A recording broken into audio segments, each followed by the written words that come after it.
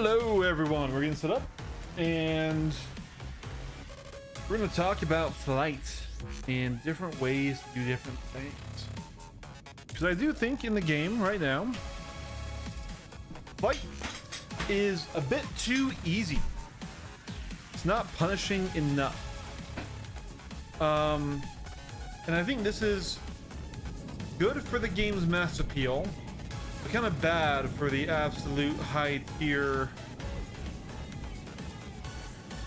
combat, and can be adjusted. I think there can be a middle ground found.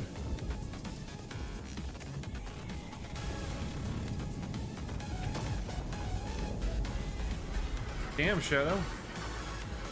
Hitting an arrow in a Hibble in Atmo is impressive.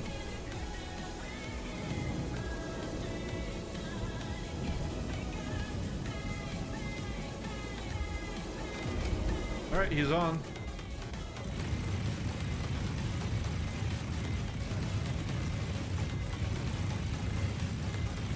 Check fire. Check fire. Check fire. There's a splash. To be fair, he was damaged, but we're also rusty. We haven't played in a week, so I want to make a video talking about this stuff. Like, for example, right now we're in a heavy Atmo map, right?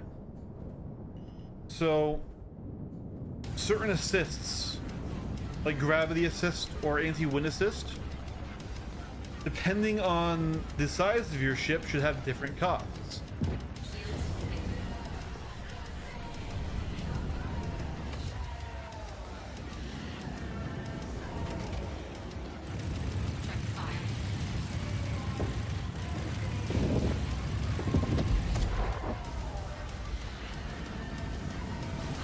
Alright.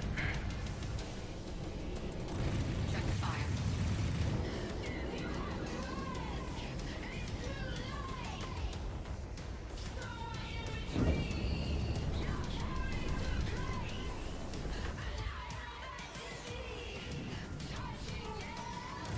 Check fire. M80, who does not know how to fight with that.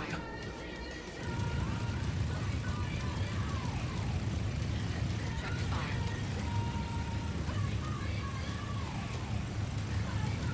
Check fire.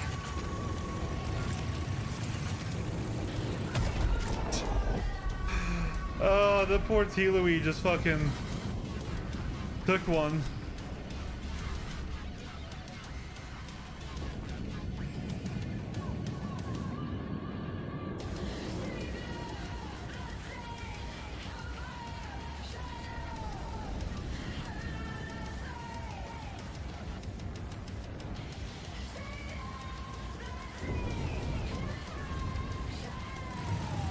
Check fire.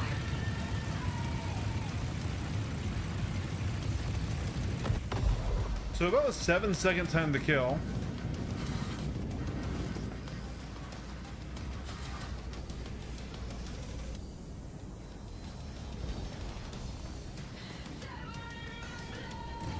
Check fire.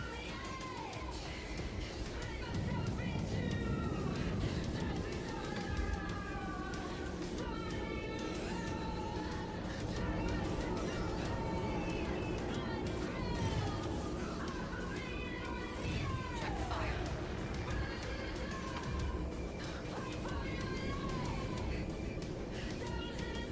Okay, well, he's doing a wiggle, which I think means no, so we'll let him be.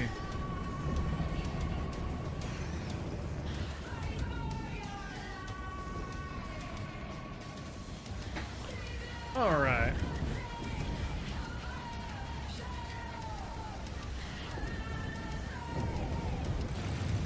fire.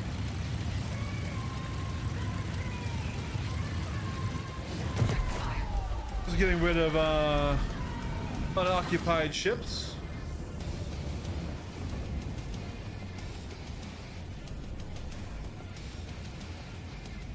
A lot of big boys out right now. There were a couple fighters earlier. Hey, Big Sponge, good to see you again, man.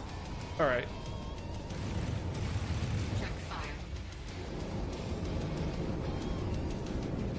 You're the only other fighter in this lobby. Come on, bud.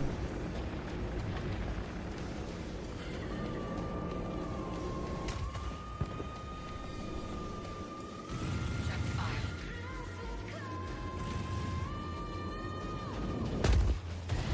Oh my god! Oh my god! Oh, and hello, visual bug from that. Oh wait! Oh, you red hold yourself. Oh, you fucked up now, you glitchy Raelian. I can kill you. Check fire. You red hold yourself doing that. Check fire.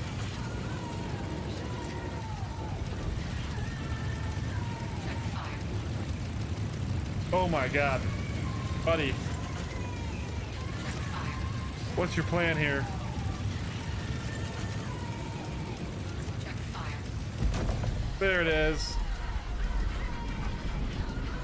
How are you doing, Big Sponge?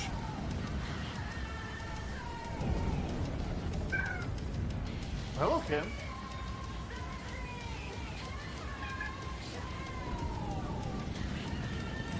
Check fire. We're going to brawl mode. Fire. I tried to ask for duels and they got ignored, so now Check fire. they keep crashing themselves. You know, I think these guys are proving my whole hypothesis wrong for this. I'm like, guys, flight is too easy, and then 2 guys in a row we fight crash themselves. That being said, you know, we all know how Cal feels about stationary objects, so I get that.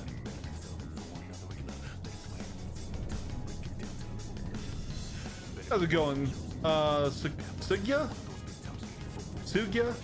Raelian pilot about 10 too many beers, right?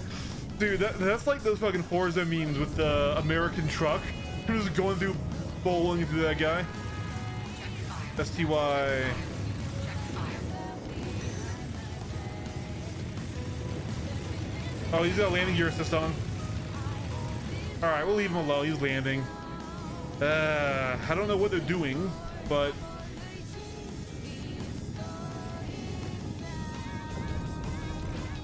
Check fire.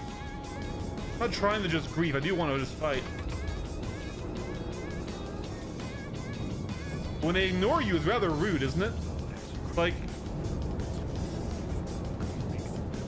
is it just my own entitlement? Like, hey, I offered you an honor duel and then you ignored me, so I'm going to shoot you in the back? Or is that, like, sometimes I'll leave him alone, but man, this guy's...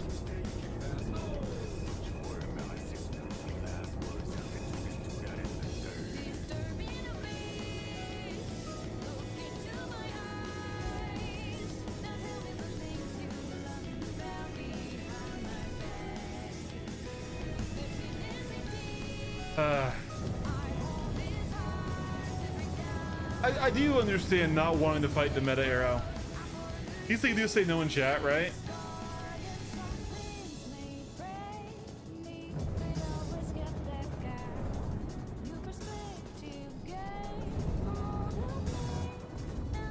Hey, Gladius. See, like, Check fire. Check fire.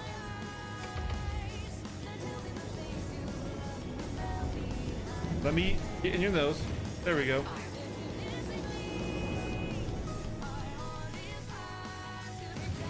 See, like, Check fire.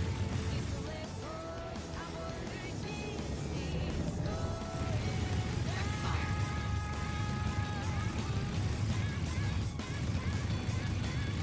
Check fire.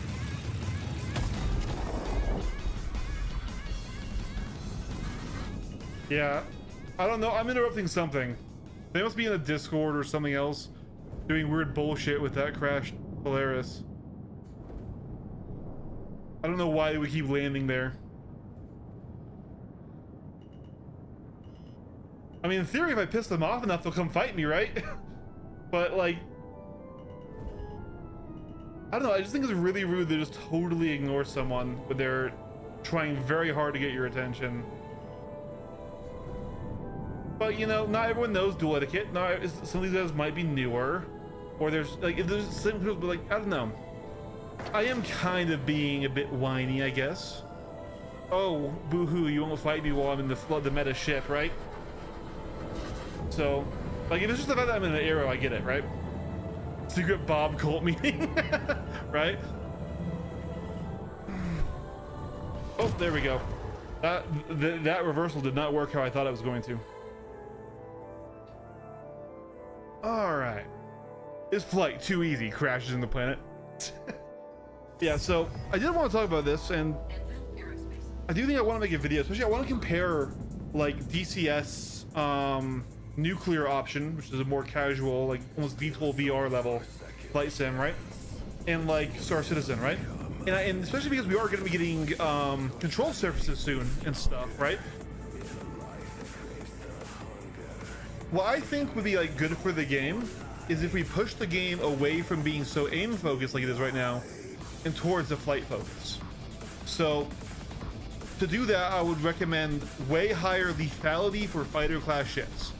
That doesn't, I'm not saying make them more dangerous, make them die quicker, right? So this Gladius and this Arrow should be hyper lethal to each other.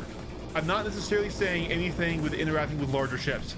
In fact, I think it'd be way more balanced if, okay, hey, the fighters have their current power levels, especially in PvP, right? They just have way less survivability, whereas, you know, Cutlass-sized ships and up and multi-crew ships that have interiors have way more health and are the better choice to generally run, right? Especially if you aren't particularly a good pilot or something, right? And you have a lot of guys who count on you to keep them alive.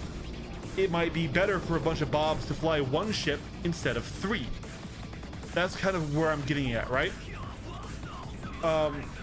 And if you make it so that way the lethality against fighters is way higher, even if they keep their current power levels, right? Things like like ground sand sites become viable. Things like turrets become a lot more dangerous, because if it only takes 1 or 2 hits to disable a fighter, then all of a sudden that's still something you have to seriously contend with. Whereas right now I could sit in the turret window of a larger ship, and until my shields go down, I don't give a shit, right? I don't give a shit at all. And so then I think what I want is I want energy conservation to matter. Right now, if I spin all the way around, come to a full stop, and boost back the other way, I'm not really losing any time, right? Because accelerations are ultra high. And accelerations being ultra high is also what leads to sort of the wiggly movement of master modes. So we don't need to increase speeds. I'm not saying increase speeds because no one likes it when I say increase speeds, because they think I mean go back to old flight model. But we don't increase speeds. Let's decrease acceleration, so your energy matters. And if you cash in all your energy doing a hard pull at your maximum turn rate, your maximum instantaneous turn rate, then you will suffer in it, because then you'll be losing a bunch of energy. I've been playing the game since 2019, Sugio, but I haven't been dogfighting since. Oh, his little sister. Little sister's very good. Oh, hello. Oh god, kitty. That's a fight. Kitty is literally blocking my screen.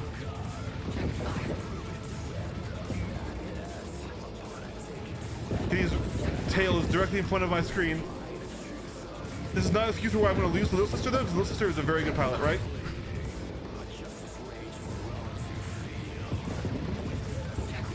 Kitty, please! Mercy!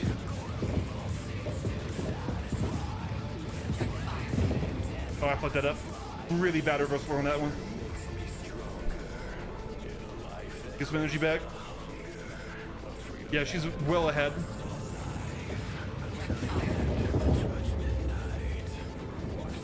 I don't even know if it's actually a girl or not, just sister, right? Yeah, there it goes. Cat butt in 90% of that fight. Not why we lost, just clarifying. The air needs the kitty nerf to be honest. It does. Like I said, so like for example, in an F-16 or in nuclear option in like a Revoker or something, right? When you're in a fighter,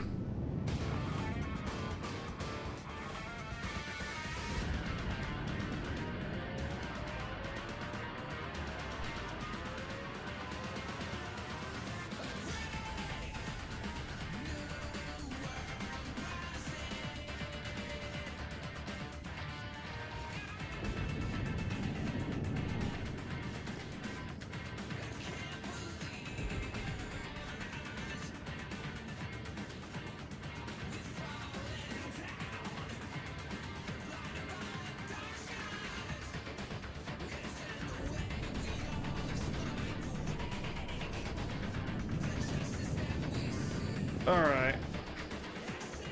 Try again here. But yeah, like, so basically, you can turn faster than you can sustain the turn in those wheel fighters, right?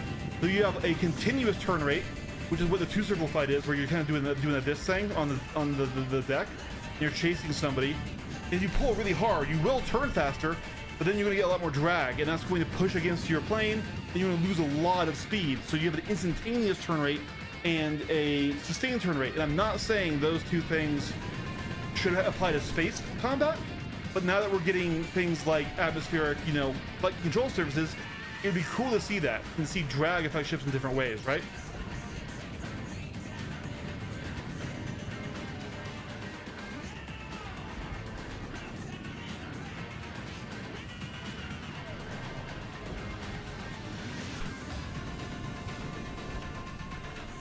So I do think if we have things like where, okay, hey, at your maximum turn rate, I got a hit marker, but I don't think it was Little Sister. Somebody popped me.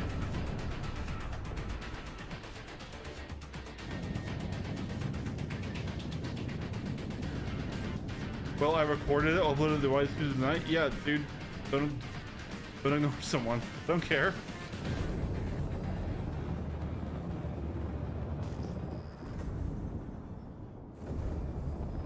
Everyone knows you're a dick. Dude, don't just ignore people and you'll be fine.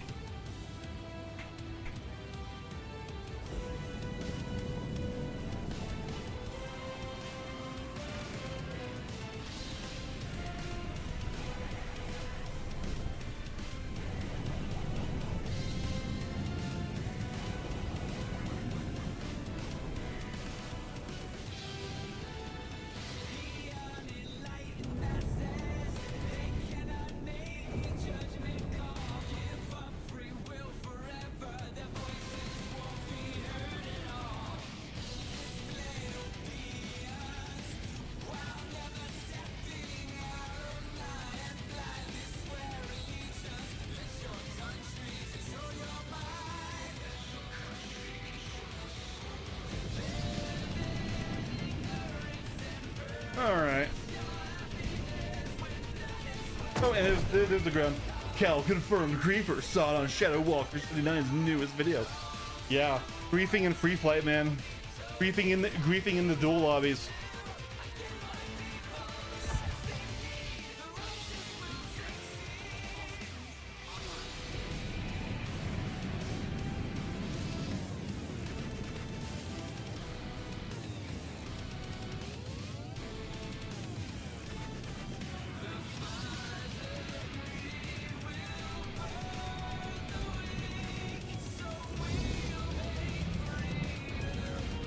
And anyways, I started blasting, right?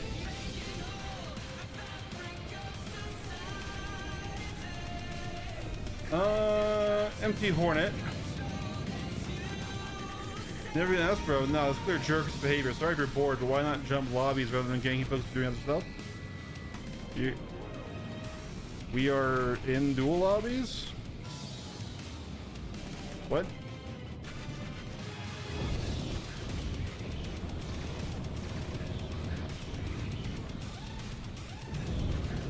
No.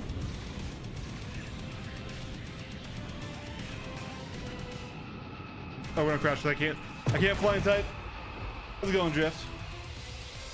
People are complaining that after ignoring me, I decided to, and me trying to get into a fight multiple times, so I decided to shoot them. So now they're gonna post a video on YouTube about me being a Reaper. Anvil Aerospace. All systems online.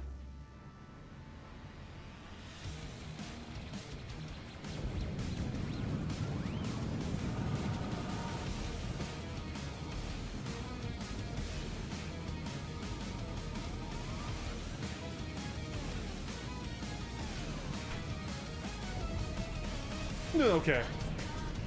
Oh yeah, we're gonna cut him off now.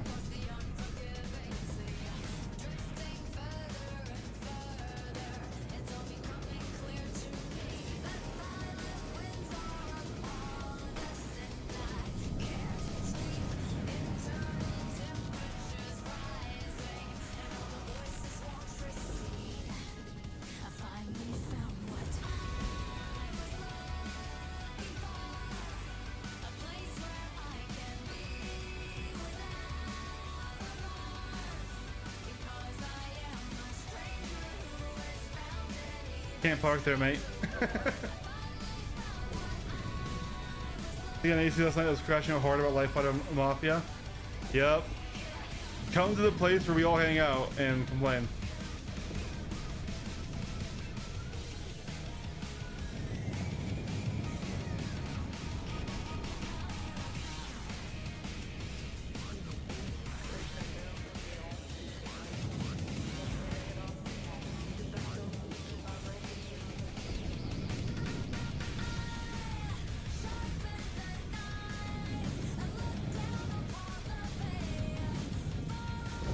Let's find someone else.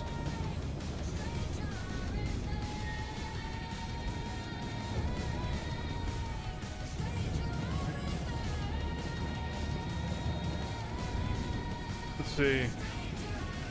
Apparently there's plenty of people in the lobby.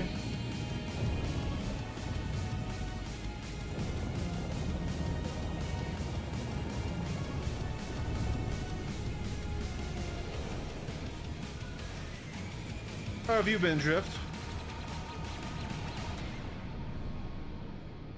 I think I need to kit out my Arrow and PU. I haven't tried any 4.9 yet. I haven't played any Star Citizen this week. I've been doing DayZ with a friend.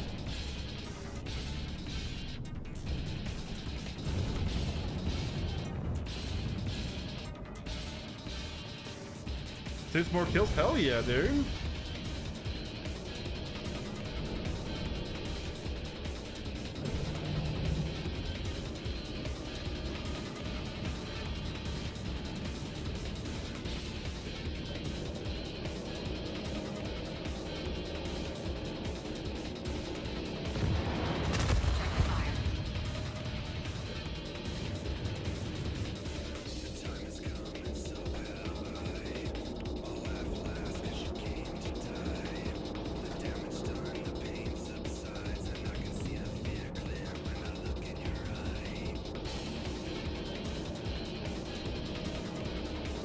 And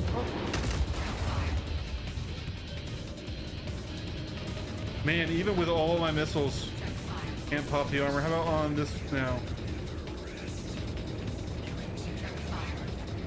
Nope, can't pop the armor. That's annoying.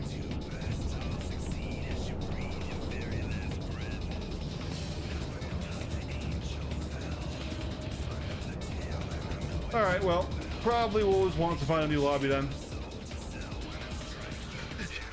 I just noticed, and I'm not chasing this guy, I just noticed he also left, so it'd be hilarious if we get into another lobby with him. Like, okay, guys, like, okay, free flight is primarily for dueling. If you fly a fighter in free flight and you aren't there to duel, you should probably tell the lobby, or people are going to be like, yo, you're just ignoring me. Like, all right, it's the same one. Let's try hard coding like SPK or something. I've heard Xeno Threat was pretty rough. What are we doing? We're doing this. Let's try SPK. Let's see. Try be pressing in the AC, but I want to finish the Xeno event. Yeah, I'm going to start it here. I haven't played at all this week, but I do really want to talk about like changes that can be done to flight model and to just sort of flight in Star Citizen, right? Because I don't know, I really think things like the Pitbull are actually like a really good place for like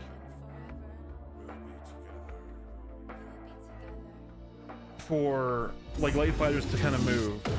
I really like the idea of they have, you know, decent shields. That's the wrong Pitbull. Probably having 4 and only having 1 kitted out correctly. You know, very maneuverable, but if you get the hit, oh, it's right there. That's why. That's the one that's correct. Hold on. So we'll put you back to the meteor. There we go.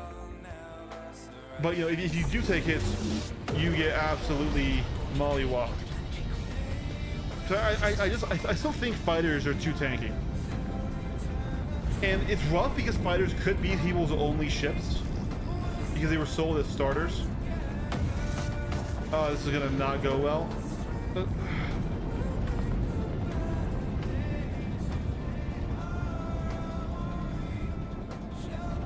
do also miss laser meta.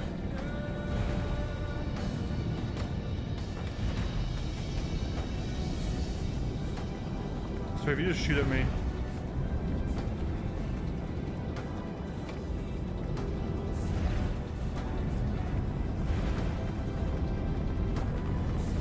Bro.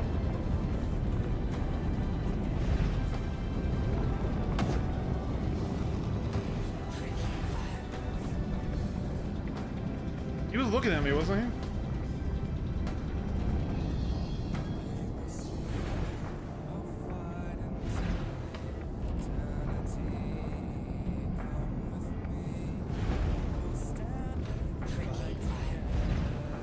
Okay, well.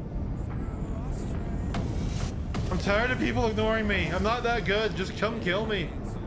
I'm not even flying the meta ship right now.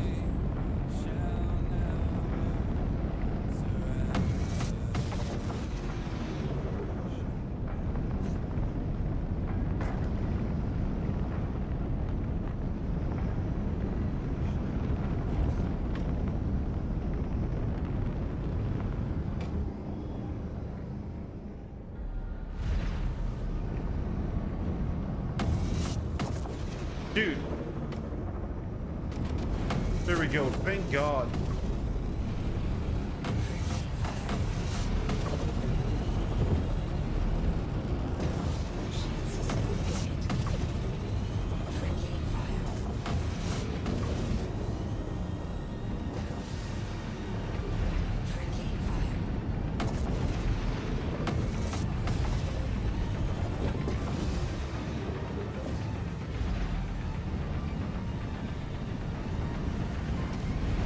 I would like to rate him, but staying close is dangerous. This... Yeah, see, we gave a lot to get there, and then we couldn't really keep it. The thing with the Ray is kind of both people need to want to be in that fight. Probably the Gladius duels were fun.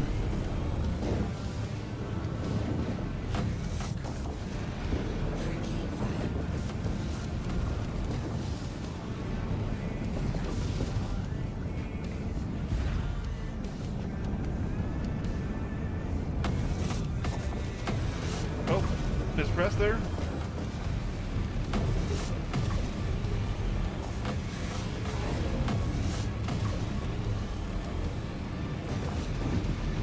Yep, there it is. As fun as the Pitbull is, when Ballistic meta, it just can't compete. Pull the Gladius out. Let's keep flying off meta shit. I miss the Gladius.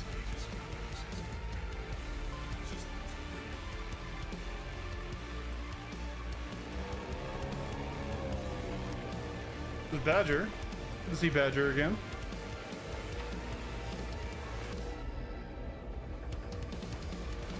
Malice TTV. Is this who I think it is? No way. No, it's not spelled the same. Come on, bud.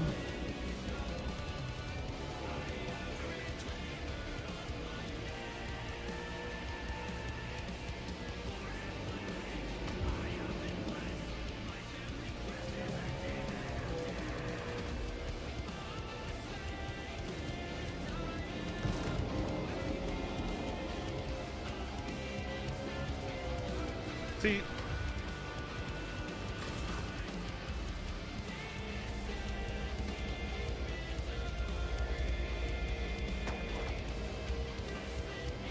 guys. Alright, Badger's also in a Gladius. He'll kick my ass, but he'll fight me, I think. Yes. Oh, he's got laser.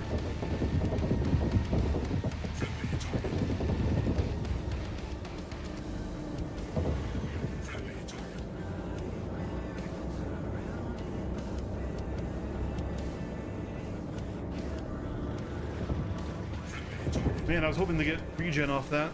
Didn't quite work out for me. Used a lot of my boost to keep that.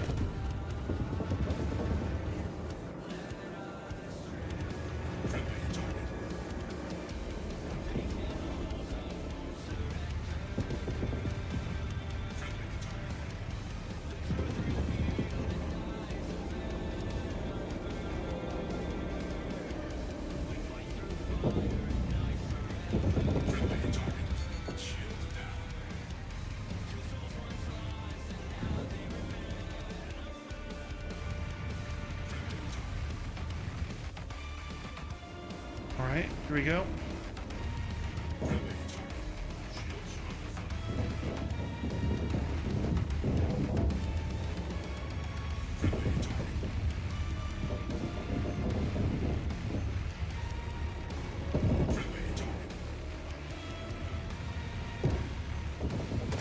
Good fight, dude. Even with the weapons, if I'm gonna beat him.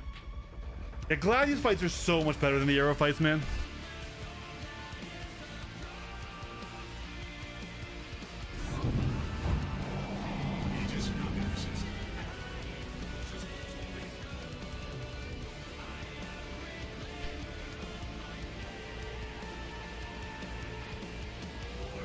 See, I'm not scary, guys. I'm mid. Fight me. Please fight me so I can be less than mid. There we go.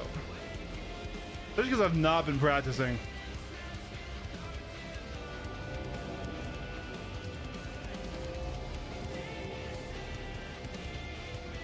That was really good, and I've been super out of the loop. Let's try this guy. Please. Please. Yes. Okay, so I'm definitely interrupting some sort of training process with lasers. That's what I'm doing. I should probably leave, rejoin, and swap back. I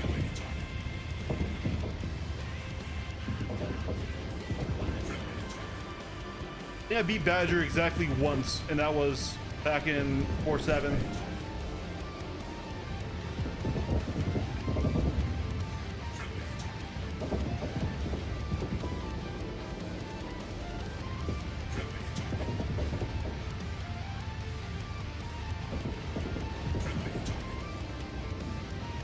So I'm out of the meta. I don't think I am. I think I would have heard if Ballistics died.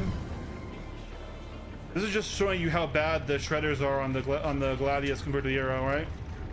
Without that rate of fire increase. Man, twice in a row. What is the title? Okay, what is Ballistic Cheese? Sure, sir. It's just what I had equipped. We're losing. Called a crutch. Also, I have no idea why they're using lasers, so I think I'm interrupting something. But yeah. Yeah, just basically is flight too easy. Not dueling, flight. But that, of course, it affects dueling, right? So we're super rusty. I haven't played at all this week. I really need to get back into doing my training every day for about 40 minutes, but I've been pulled by various other games and various other friends. He's trying to fight someone else, I think. I don't know if that person's ignoring him though.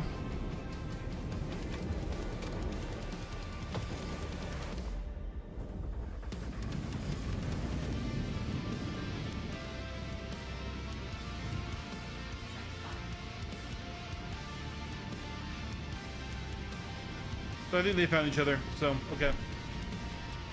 You're allowed to have a life cal. No, I'm not! No, I'm not! But no, like, for example, I've been playing DayZ as well as Mecha Chameleon, which I'm sure everyone's heard that with friends. Okay, we have to do a pass.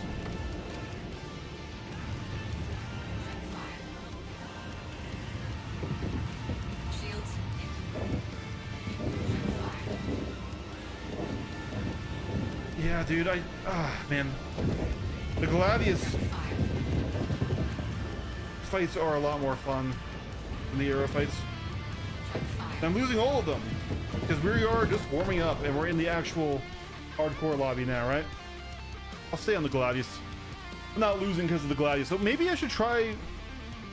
I wonder what lasers they're using. I wonder if they're using Panthers still or if they're using attritions.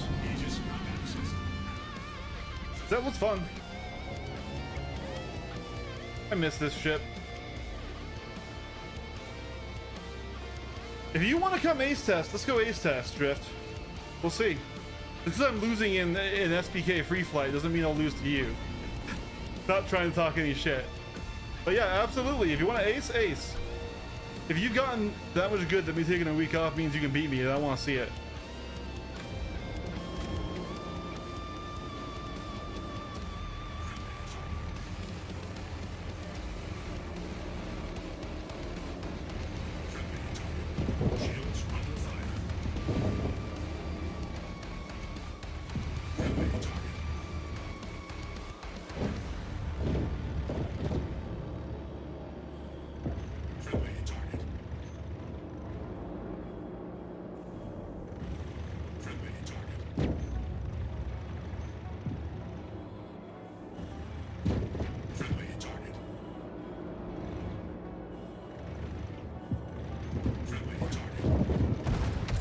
Alright, got him. No, come on, come do the ace test, please. I need someone to fight. I'm joking. Do what you want, man. I'm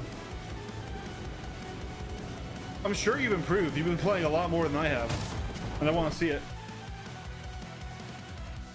The question is, what would you want to test in?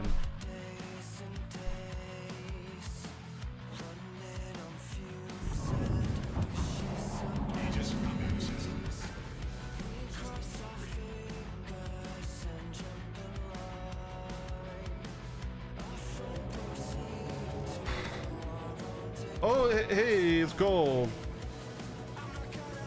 Gold will kick my ass. Gold is an insanely good pilot. Even with ballistics, I got no chance on him.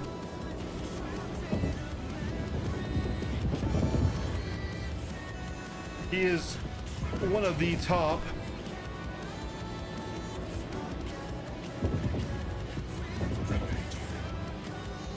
Like, tournament pilots. He trained me a little bit, and he got me to really focus on working on my rolling, bullet matching. This is so much more fun than the aero stuff. I'm losing horrifically, but it is. Right?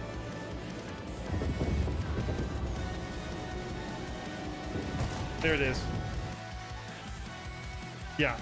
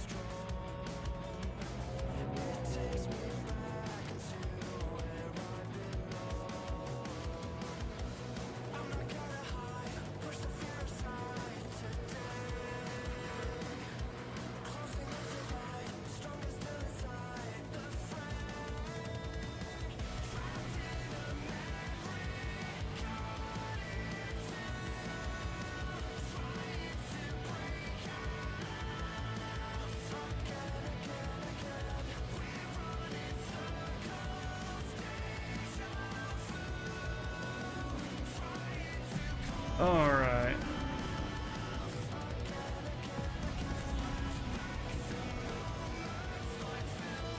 Okay, so Cal, so what's the title about that? We're just pulling for clicks there, or discussion point? There is a discussion, yeah. We talked about it a little bit earlier.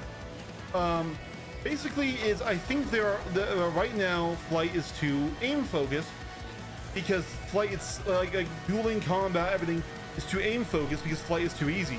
And also, there's a lot of other things in the game that are a little worse because that stuff is too easy. And I'll talk more about it after I lose to Gold again here.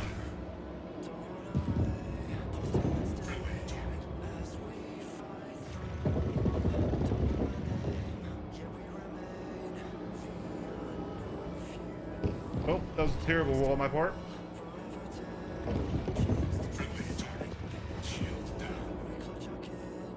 Yeah, he's pulling out of that one. So if you don't want to stay in the knife, you can't force it. That was worse. That was way worse than the first time. But yeah, so basically, there's a lot of things. So the main thing that I think flight is missing in terms of like combat flight is energy management. you don't really need to worry about your speed or keeping high energy. There's no such thing as an instantaneous turn rate versus a sustained turn rate and stuff. I'm not saying to turn the game into DCS, but to turn the game into like nuclear option or a cord off game. And obviously some things won't matter in space, and they will matter in Atmo, right?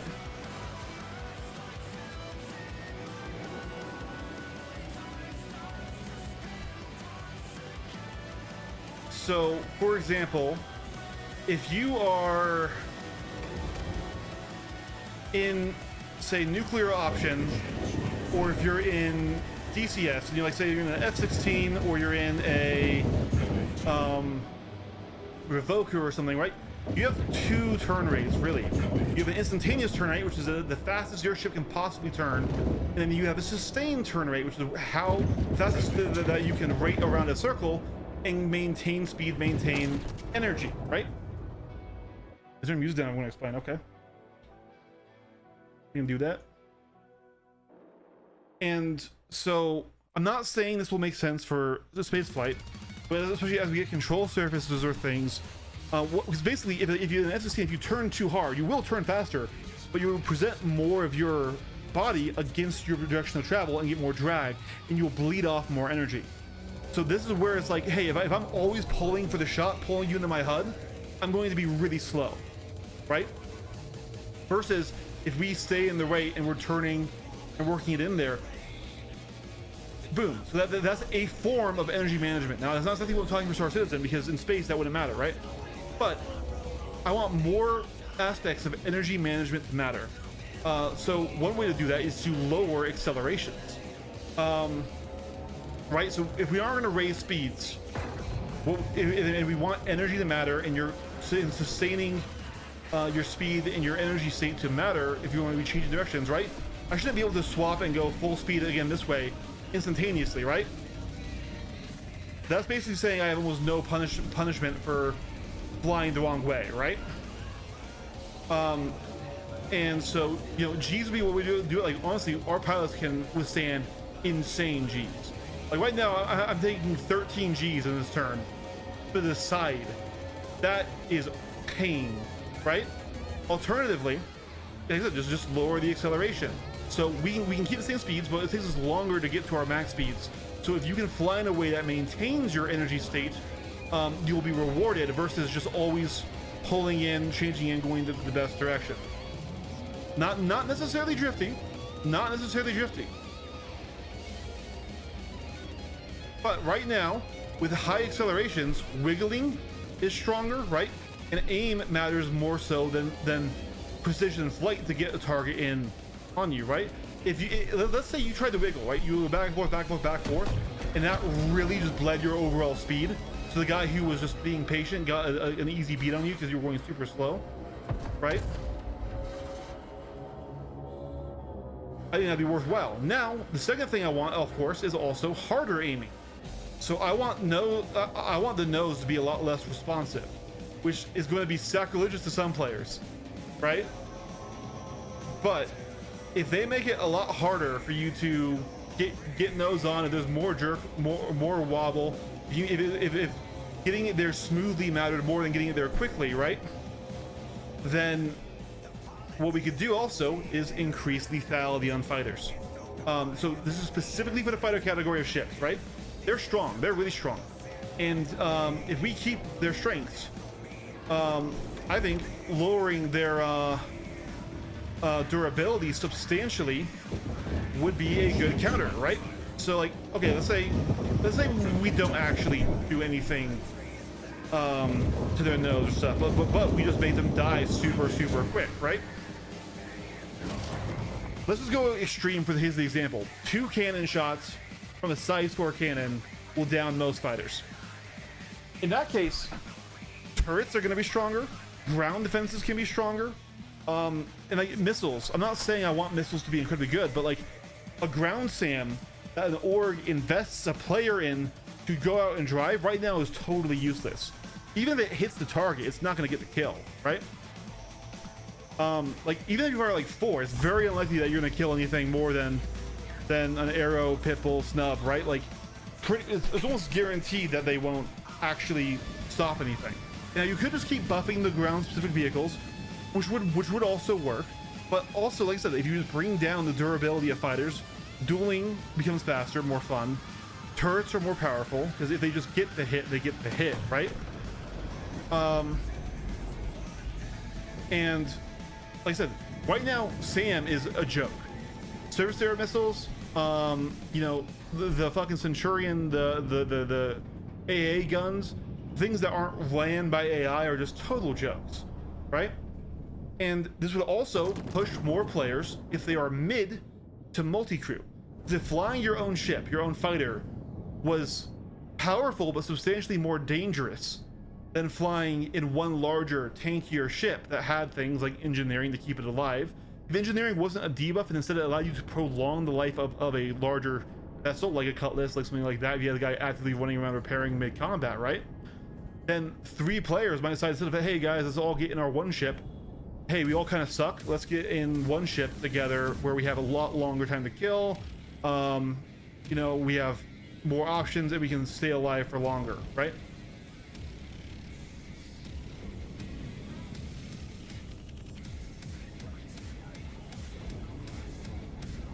So there's a lot of things we can do from like G's and stuff. And also, we need to keep the game approachable. It does. I'm actually debating picking one back up. We are rusty. Oh, we overturned that. Shields hit. Check fire.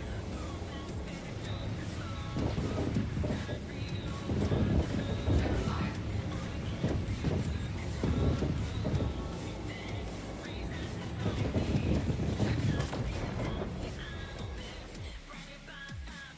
So, what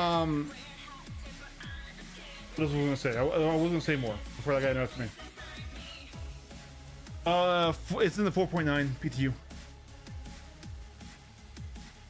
It still isn't as good as the Meteor, sadly. I wish it was, but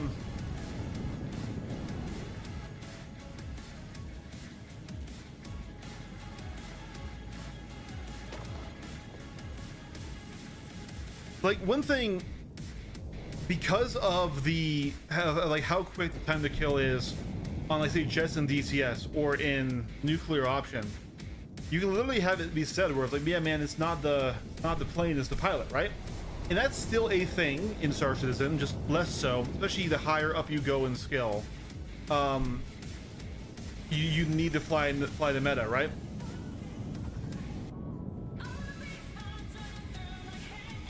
But like I said, so we give fighters more jerk, so that their noses are less responsive, so having smooth inputs that get you onto the pit matters. Jerky movements really substantially reduce your speed. If I suddenly boost the other direction and stuff and go away, I have slow acceleration, so I won't be able to get going again that quickly, right? If I do 80-80 spamming, all that is going to do is just flatten my ship out, because I don't have the actual instantaneous G's to make that happen that way, right?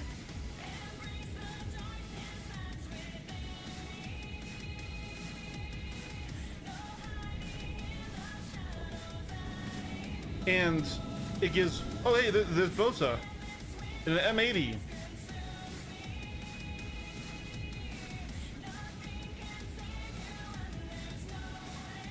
It means if, you know, and like I really want missiles to be completely reworked. I just don't know if they can be in the game that we have, the servers that we have, right? If they'll ever be skill based, like in like nuclear option or something. That's all you got?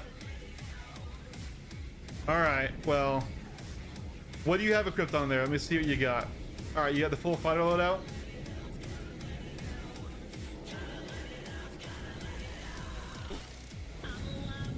Let me pop, and then we will pull out my M80. I think I have Deadbolt on my size 4s.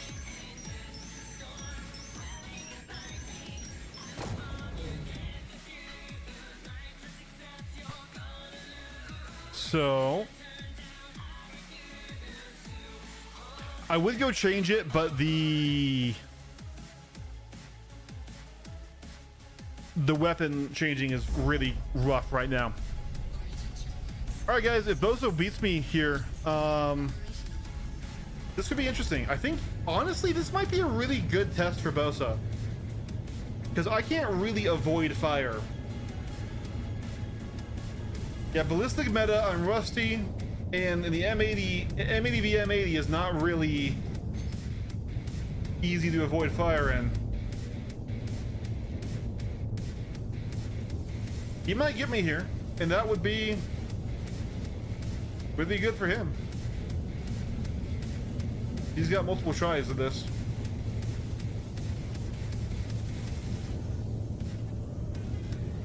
So he's got 3 tries to shoot me down with ballistic meta. That's, I don't know. So I think with ballistics, me and Brace were talking about that I have to reset my shift. So hold on, wait, before we merge drift, let's reset the rules here, right? So with lasers, I was okay not resetting my ship because I would have a buffer in each fight, which is the shields. Especially with how weak to ballistics the M80 is, and how every chip damage counts. Do I get to reset my ship or not?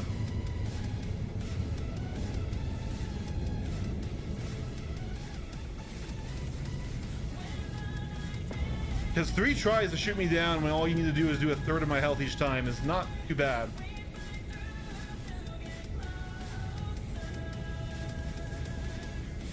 Okay, so I reset my ship? Alright, sounds good.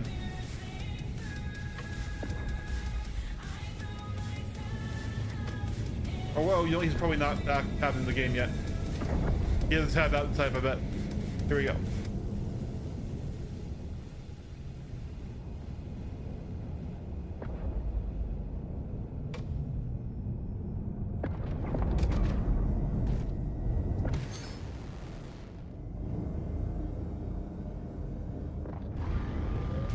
Check fire. Shields under attack. Check fire. So remember, Drift, in Interceptor v Interceptor, we can turn fight.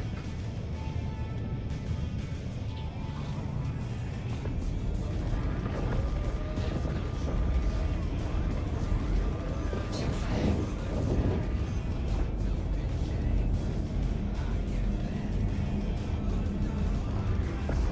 Check fire. Check fire.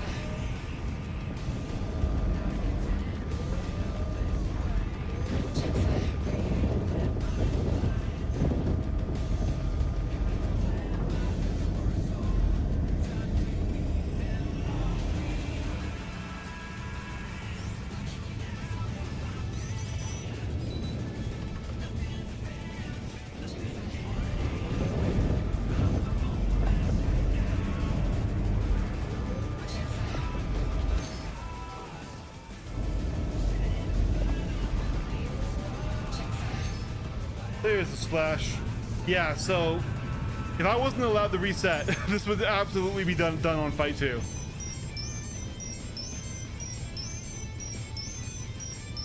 Maybe I'm not seeing the same vision, but I'm just hearing big ships and small frames with no HP. When you get far enough away, you can use missiles. Drift. If you're going to extend the missile range, missiles are on the table. Why you don't usually see missiles in duels is because people don't sense them farther range, right?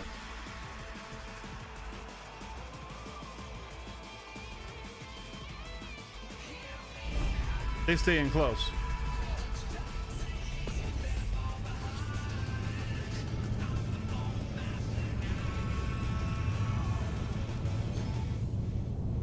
All right. There you are.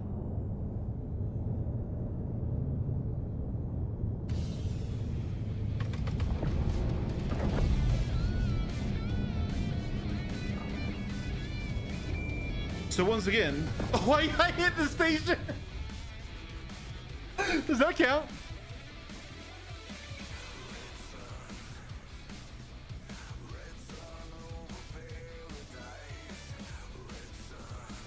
Okay, but if missiles had a skill-based counter,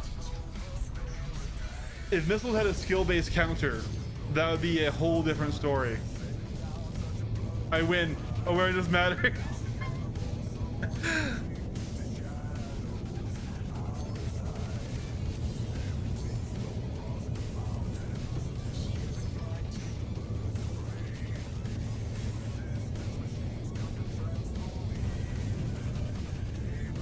No, you're totally right, and so it would absolutely require a rebalance, right? But also a nuclear option. There is a skill-based counter to them, where you can notch missiles, you can dive, drive them into the ground, right? Which you can't. Obviously, you can't drive missiles into the ground in space. But like, if there was a flight way where you could avoid them, and it wasn't purely a resource thing, do you have flares, do you not have flares, right? 32 missiles is just a problem in general, right? 32 missiles are the thing, because it takes 4 or 5 or 6 to shoot down a fighter, right? That's the only way to make a missile boat work right now.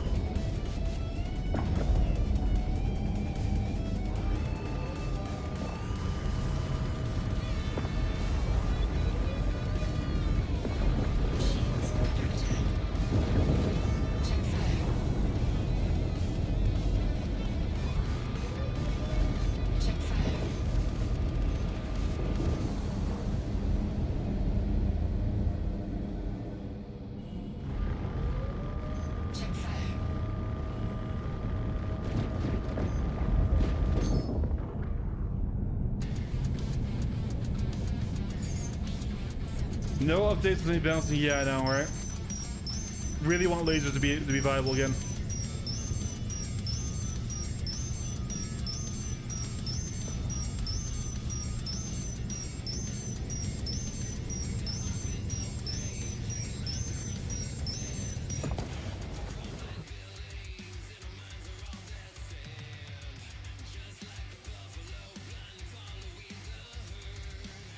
And like, if I moved all my shredders and P, I put back my attritions just cause.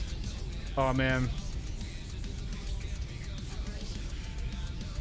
I mean, of course, skill matters, but that's a huge thing to claim. Can't leave notching missiles there, especially down the Vine Circle. You're totally right. But I'm not necessarily saying notching, right? But if there was a skilled way to dodge missiles, one thing that would absolutely help is to simply slow missiles down a bit, right? And give them less energy. Right now, missiles have so much fuel. If a missile misses you, it should be done, right? Especially if you think about how missiles have to maneuver in space, how much additional fuel they need to burn to change directions and stuff, right?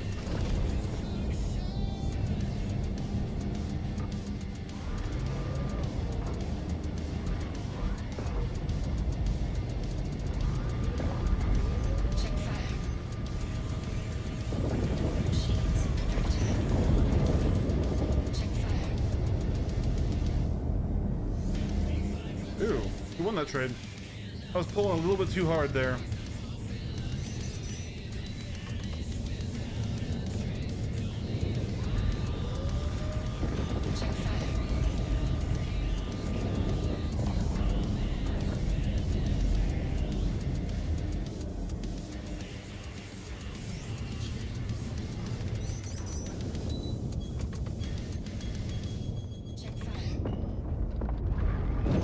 That was close.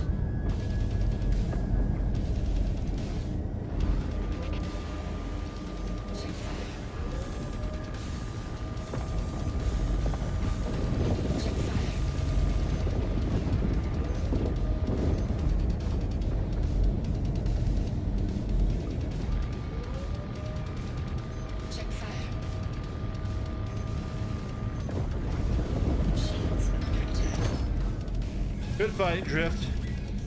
So you're still trying to pull distance in interceptor be intercepted. You can't really do that, right?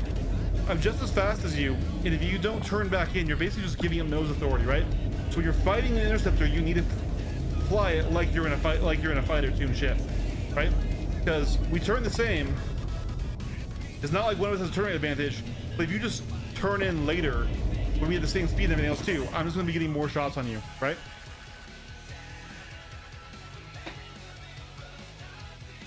And especially, like I said, Blitz, like, I mean, the binary circle, I'm not saying it will ever go away, but Yeah, it was close. There was a moment where I thought I might try to pre-nose you because I thought you were gonna run, and that time you didn't run. The other time you stayed in instead of shooting me. So I know thinking you were gonna go out like that, and you just stayed in. So you definitely closed the gap a bit there. Yeah. I like out the Gladius. Oh yeah, Panthers are way more fun.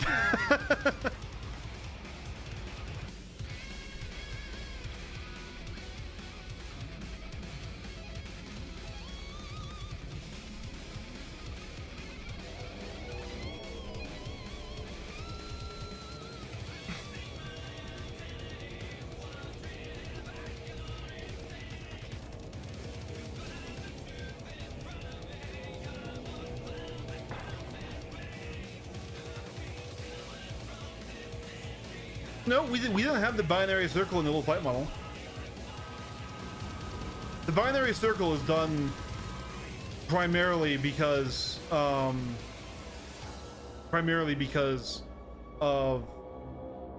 okay, orbit fighting will always exist.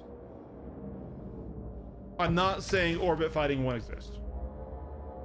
I'm saying the binary circle as we see it might change like it's changed over the years, right? You're right there, but you're right.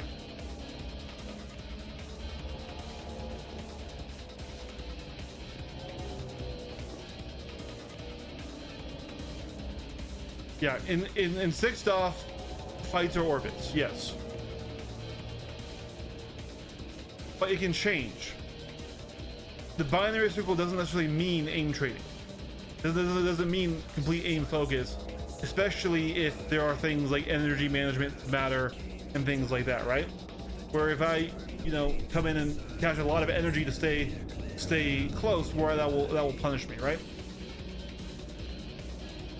Also, another thing that would be, I think, a way to bring a little bit of skill back into, that's not skill, resource management back into the fighters is, like I said, like I preached this for a while. I really want the afterburner bar gone. That bar can exist as a bar, as a limiter on using afterburner, but that should be heat, and you should be able to get better coolers to manage it better, right? But then afterburner using that should burn your H fuel. It should burn your H fuel dramatically quick. And also assists like gravity assist or wind compensation on planets should also burn a lot of fuel.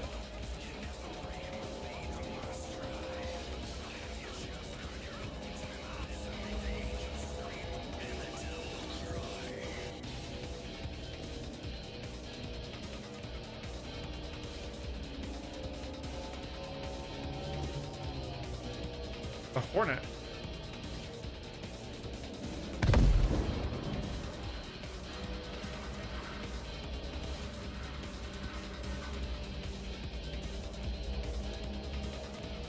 Yes, so obviously in real flying, it's either altitude or speed, right? You need to have one of those or both, preferably, right? In space, it's just speed. You're totally right there. It could also be other things.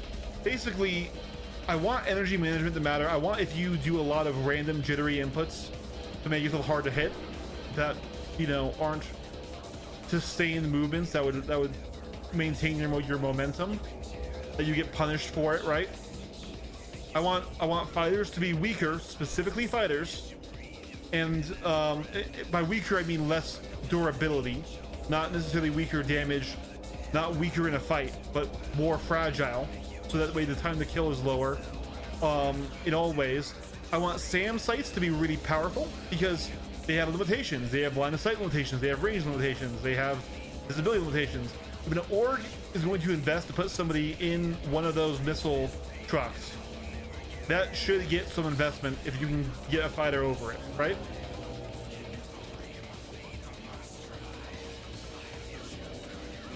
So otherwise, ground gameplay simply will not ever be viable, and you should always be in a ship if you're in a vehicle, right?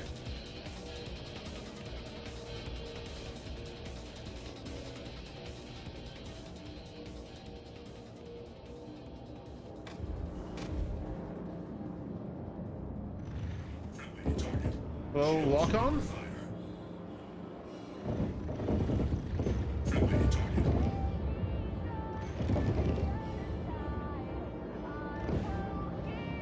You're using gimbals, interesting. Man. Do I like suck shields or something? I might. Oh, I definitely don't. Because my power. I'm just bad.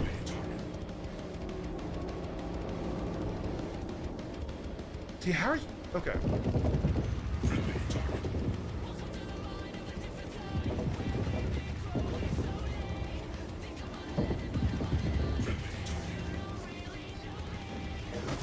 Good fight.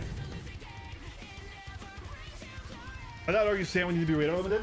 Oh, sure. I want missiles. I want there to be less missiles, and I want missiles to matter a lot. And like, I think they wanted that too for a little bit when they were making missiles really expensive, right? Like, I don't want to kill dogfighting. I want to clarify that. Let's try lasers. Screw it. I don't know if he was using attritions or if he was using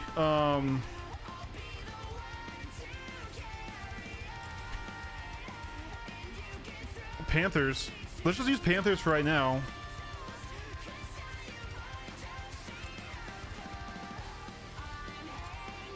We're going to lose all this. Absolutely. Did those play attritions? Alright, I'll try attritions. So they have the same projectile speed now, remember? They're identical.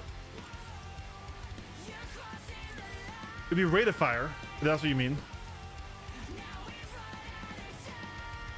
Yeah, so that's what happens. So, hold on. We have to change all these again. We can change back to them. And then we have to do all changes to our ship in one go.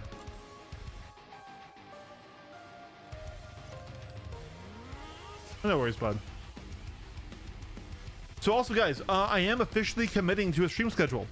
So it's gonna be this time, actually an hour ago is when it starts, right? Tuesdays, Thursdays, there will be this time.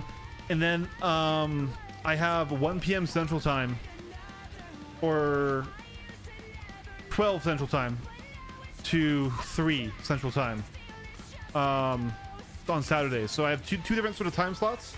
I have this time slot for where it works for these people, and I got an earlier time slot for other people on Saturdays. So that's going to be a guaranteed stream schedule. I'm going to try to skip to keep to. I hit save. I screwed up. Anyways, so that way you guys know. And like, will he be live? Won't he be live? Okay, it worked. I don't have my livery, but it worked. Absolutely, Drift.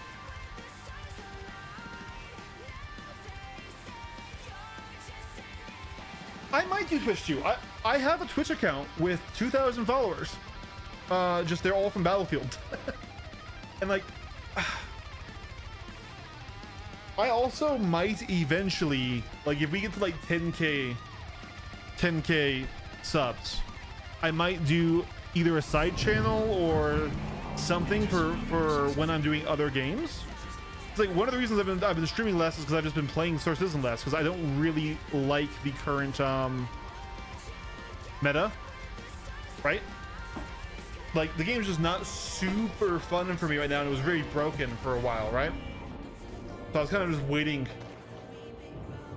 Yeah, I don't know if that's what that looked like. Let's try Staggered Fire.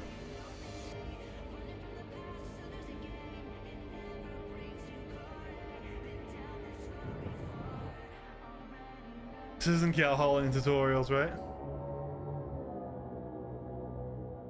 So Aries, is what I'm hearing is that you would want me to stream on Twitch as well. It's not hard to do both.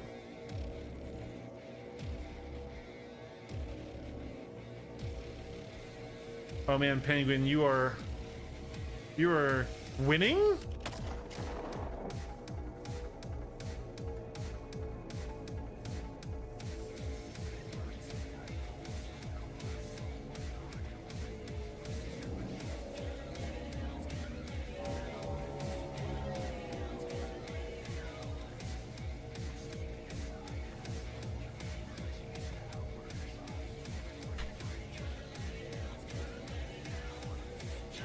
what does so the problem? Okay, so this is actually interesting. So here's what happens when I stream on YouTube. Okay, I crashed into somebody. On YouTube, I pick what game I'm playing. I set up my info. I set up my thumbnail. Right. I go live. It sends notifications to all my followers. Right. At this point, this is the same within platforms.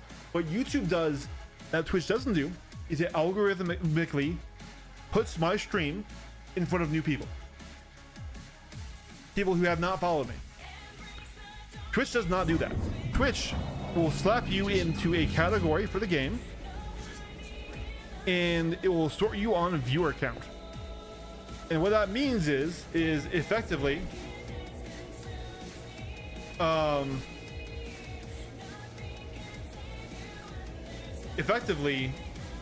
unless you already have more viewers than the median, you're going to be the very bottom of that page and no one will find you. You have to actively go out and look for small streamers, and the sad truth is most small streamers are small for a reason. And like, some of them are genuinely good, a lot of them are pretty mid, some of them are just outright bad.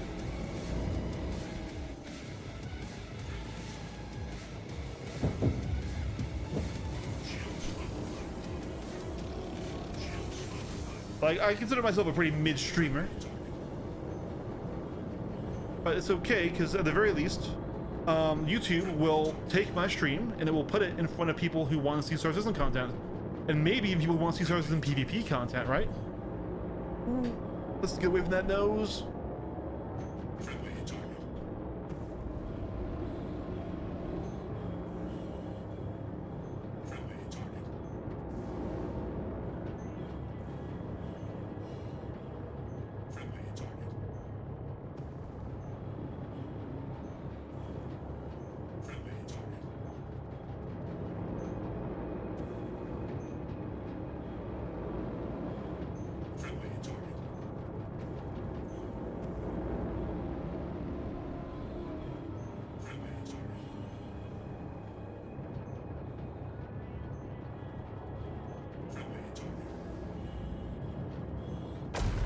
There's the splash.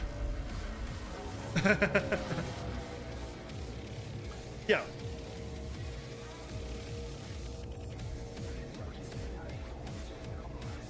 So like, that's why, and like, also straight up, all of my followers, like I said, are from a different game, and they're very old too. So like, my Twitch channel is basically dead. I could do it. I absolutely could. Khalid, you bum grabber.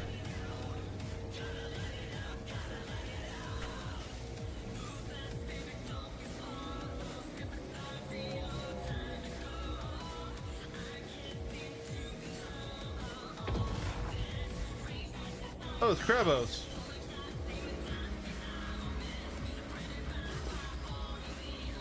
Krabos is known for just diving people.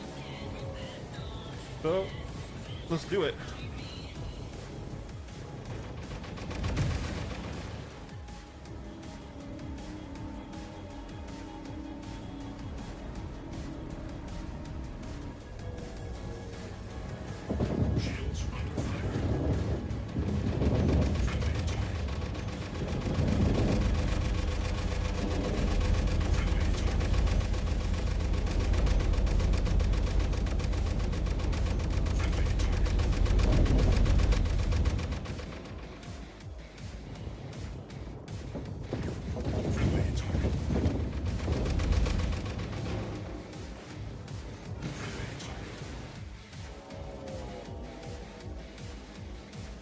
He's gonna come through this way.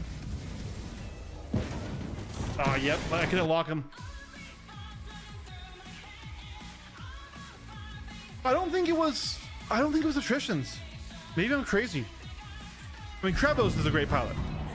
Krabos is really good.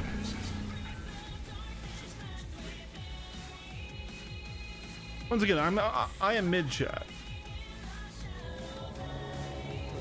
Oh, that was not a duel. It is rude. That was not a duel. Krabos doesn't duel.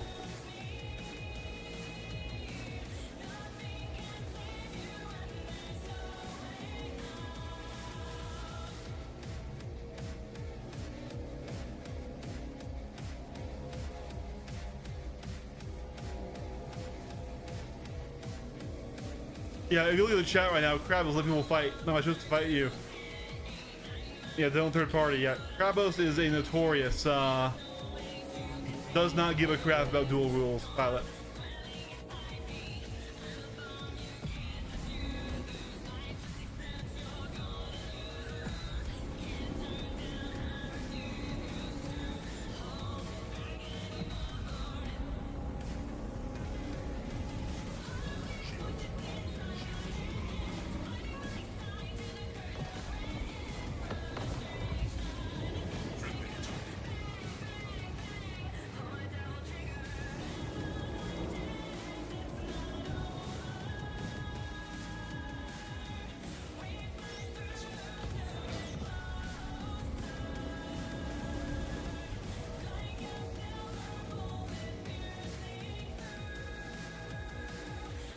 Yeah, basically.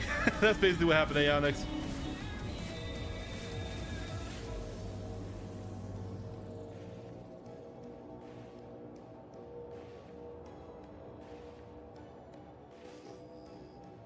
Get the stock missile on this thing. Badger's engaged to try and dive as well. There it is. Yeah, I need to use nav mode. Just hate nav merging when they catch you out.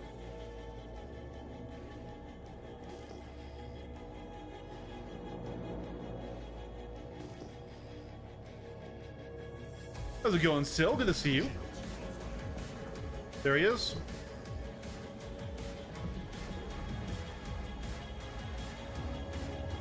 Missed squadron battle.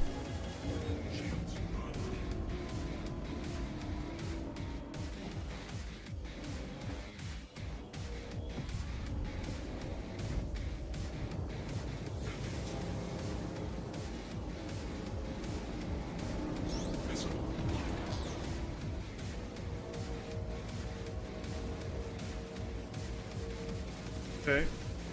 I'm with two others.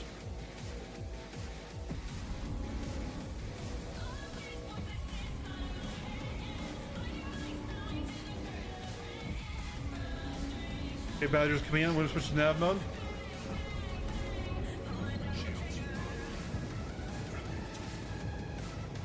He's nabbing out as well. I agree, Aandix.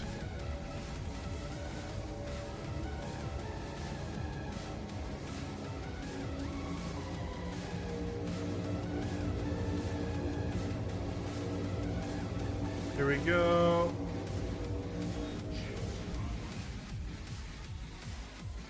You got Badger, he's hurt bad. See, if we had ballistics, it'd be one thing. And hey, that's one area where I genuinely need to get better is nav chasing and nav merging.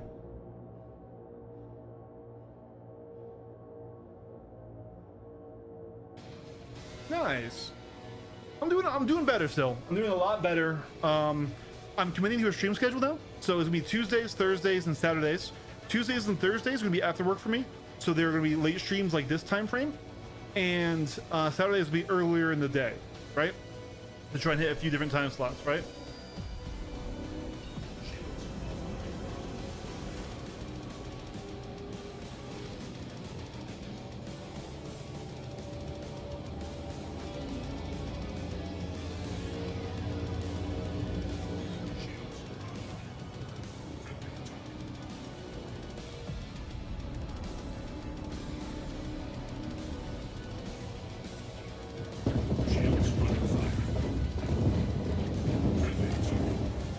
Oh.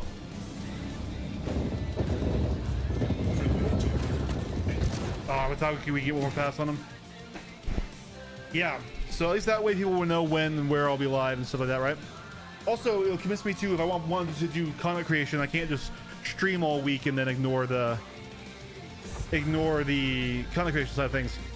And so like, what I'm trying to think about right now is like, hey, I think the flight aspect of the game is too easy, which means combat stuff becomes aim focused and things like that, right?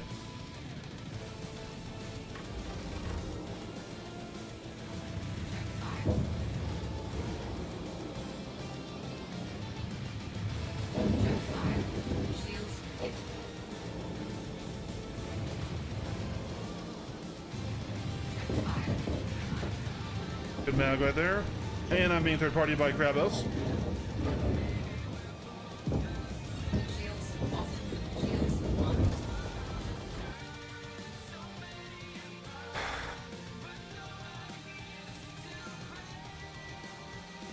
I think I do want to kit out my arrow though for PU. I've ignored it this time.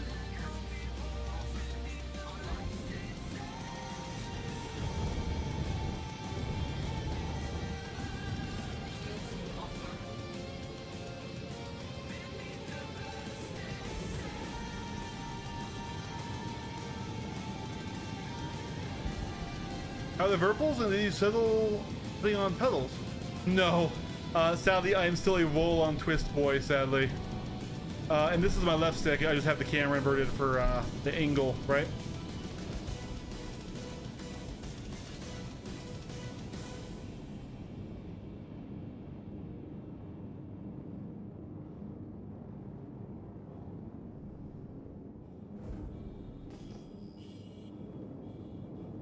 I couldn't adapt to roll on pedals, sadly. Here he is.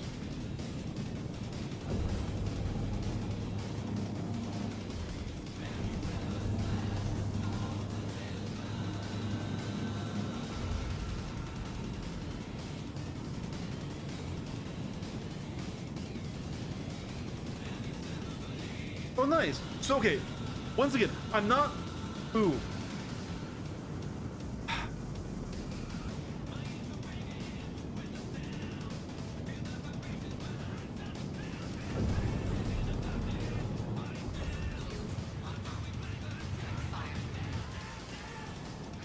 Got him. Why does everyone shit on roll and twist? There's a lot of people, primarily mouse and keyboard players, who do roll on pedals because they don't have any other analog axes, right? Natural has nothing to do with it, Drift. Natural has nothing to do with it. Anything can feel natural if you press enough.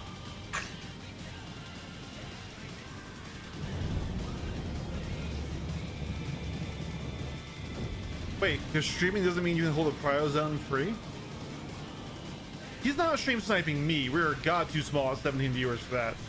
And even if he was, you think he'd be going after me specifically?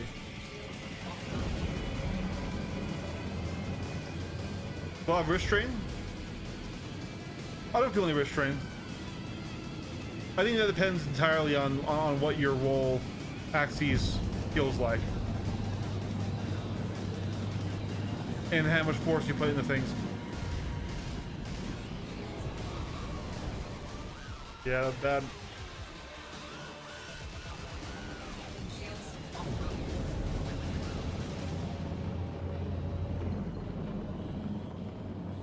Yeah. If we're talking natural, the most way most people do roll is on X.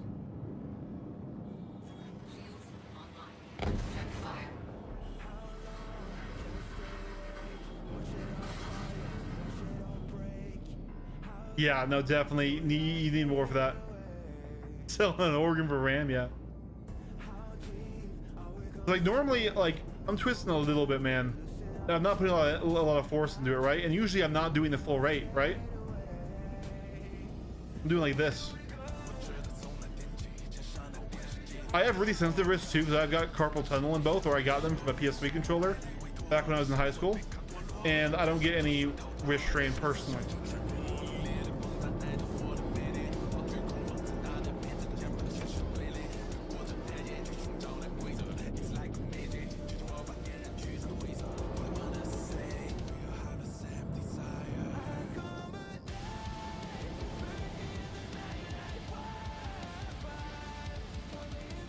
But also, like I said, it depends on your setup. It depends on where your sticks are, how much force you need to put into them, right?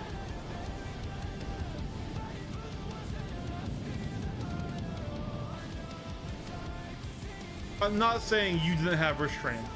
Just I don't get wrist strain from doing it myself.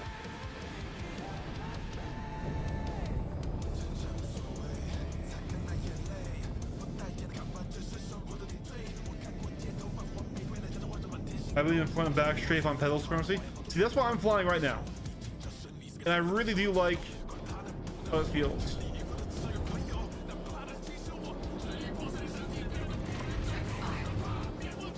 Was I not dropping flares? I was trying to.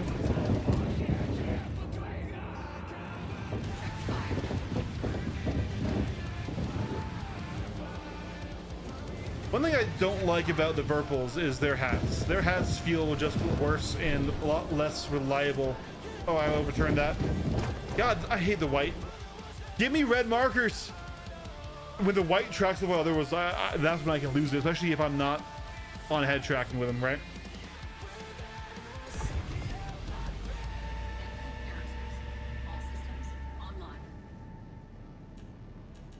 Like, for example, like I said, so like I think fighters, and specifically fighters, not starter fighters, not small ships, fighters should be in general more balanced like the Piffle. With the exception of heavies and some other things, right? Where they die really fucking quick. I also want energy conservation to matter with way slower accelerations. So if you cash in all your energy to turn around and go, I want you to get going in the new direction a lot slower than you can right now, right? Because that would mean flying in a way where you get to maintain, where you need to maintain your velocity, maintain your speed, is more important than just max turn rate, go, push, afterburner, go through like that, right? And also, with the same thing to do with slow accelerations is the wiggling, wiggle back and forth, up, down, left, right, especially in the ships, would cancel out. And you would just lose speed if you try to do that, because you'd be constantly firing your engines against each other, right? They would just slow you down because your accelerations aren't fast enough to actually do that, right?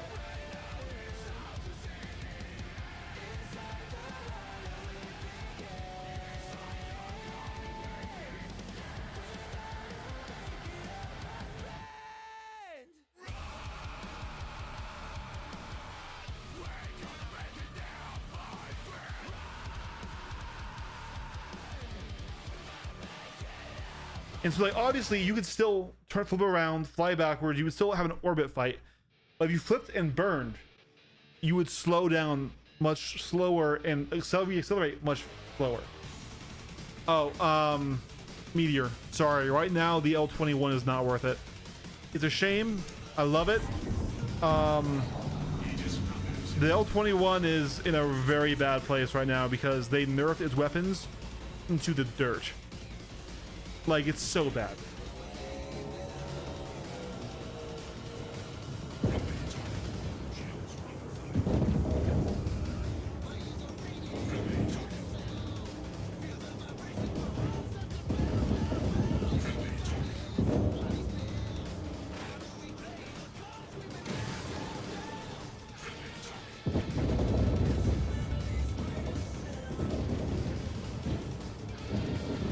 Don't get me here. Oh my god. He did not. Yeah, no, the Meteor is a best-in-class ship. It is the absolute best ship to take it to knock out large targets. Or anything bigger than a fighter, really. Best ship in the game for it. Wow.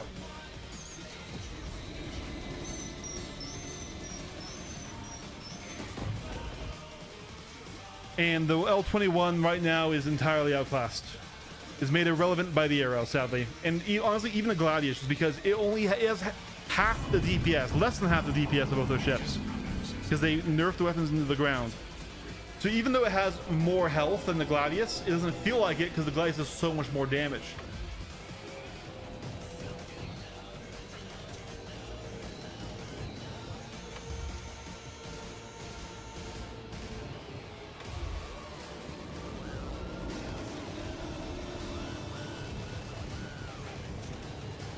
So I'm curious how this will work.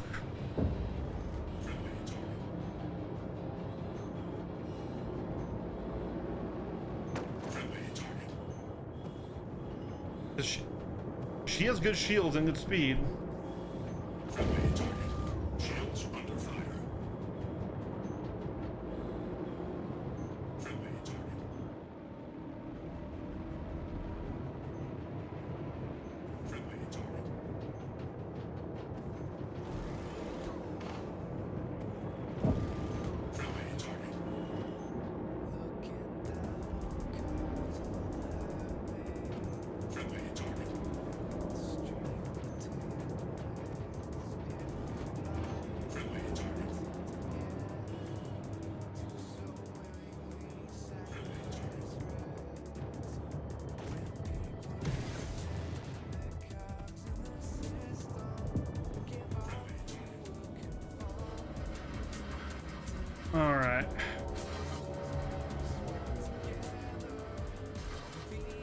Yeah, no, it's the Meteor is a best in slot ship.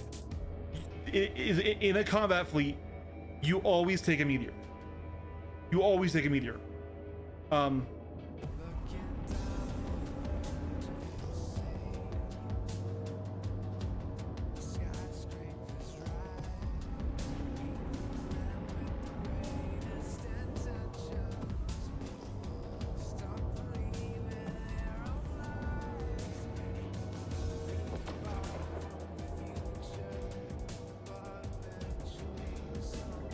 Got me locked.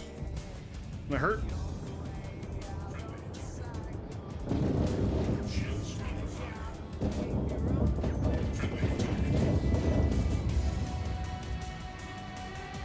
Gonna need someone else to dive him if we're gonna survive that.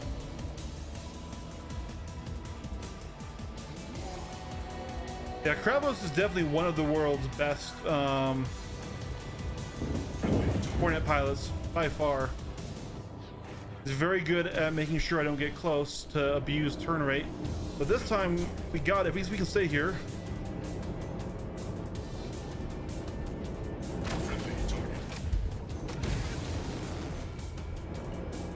Come on, fucking dude, the ship not relocking.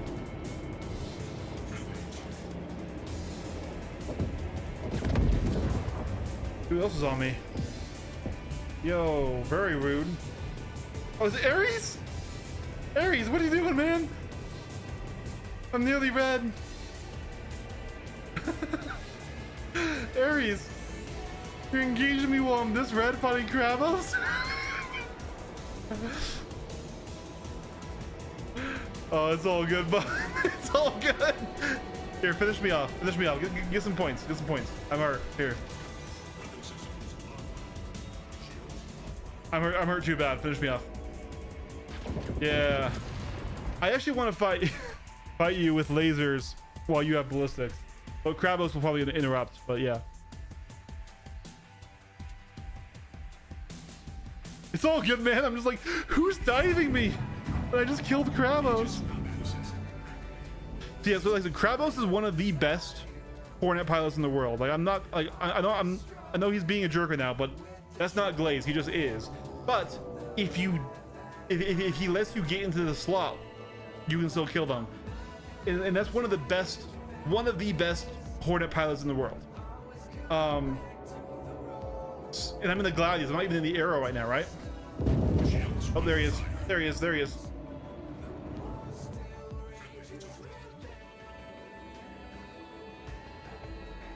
So like, that's why like some things do need a bit of a rebalance here. Oh. You're gonna let me.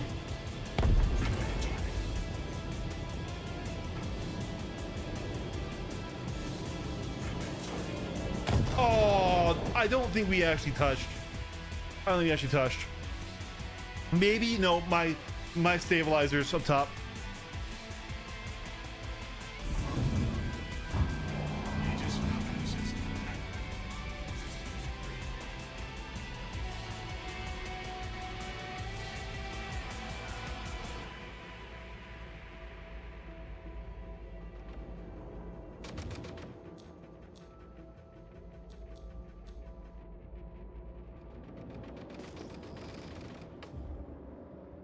All right.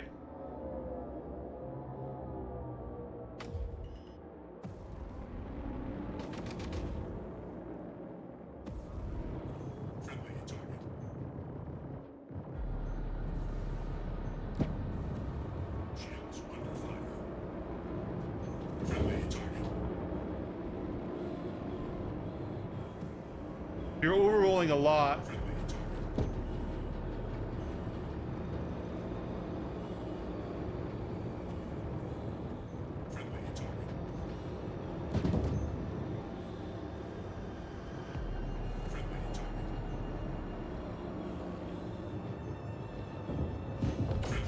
Good fight, Ares.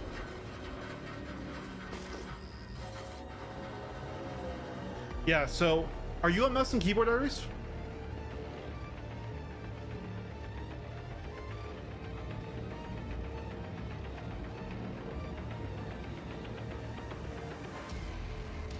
I look lost in the sauce. HOTAS? Oh, HOTAS. Oh, interesting. What's your throttle?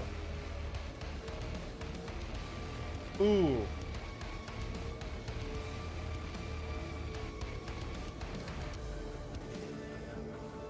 Did this lobby die? This lobby died! Oh no!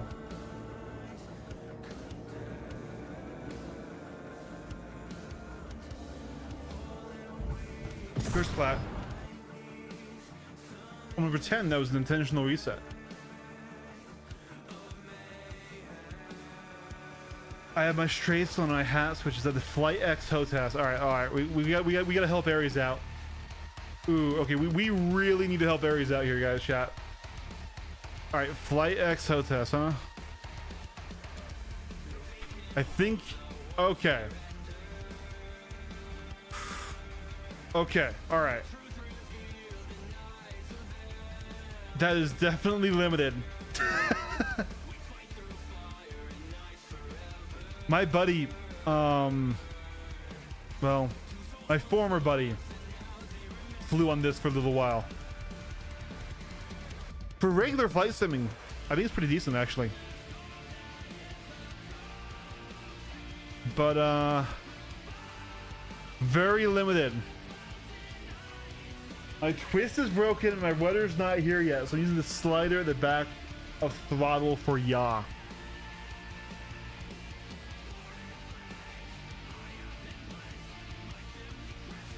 Oh, Ares. Oh, Ares.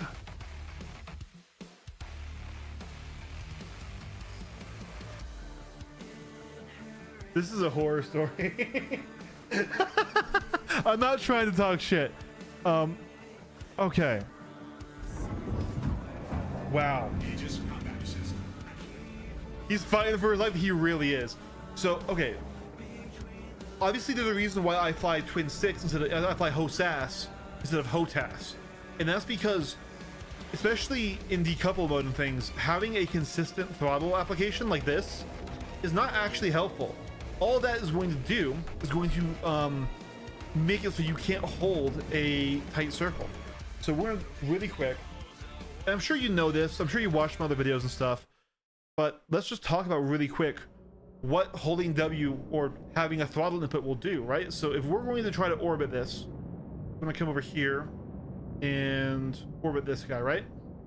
So if I'm right now, if you look at my throttle bar, I'm kind of just tapping it up a bit to create the orbit. I'm not really staying where it is.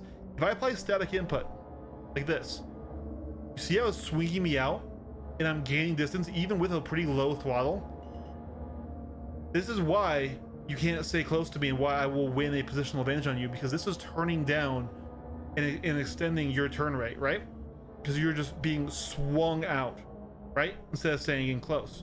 So that's why the throttle isn't really good as a throttle in Star Citizen, especially in decoupled mode where you get to maintain energy, right? If I want to go that speed, I'll just go that speed and then take my foot off the pedals or just not move them, right? I can just do that and win that speed. If I want more speed, push forward more. If I want that speed, I hit space brake a bit, right? So I don't need a throttle to maintain speed.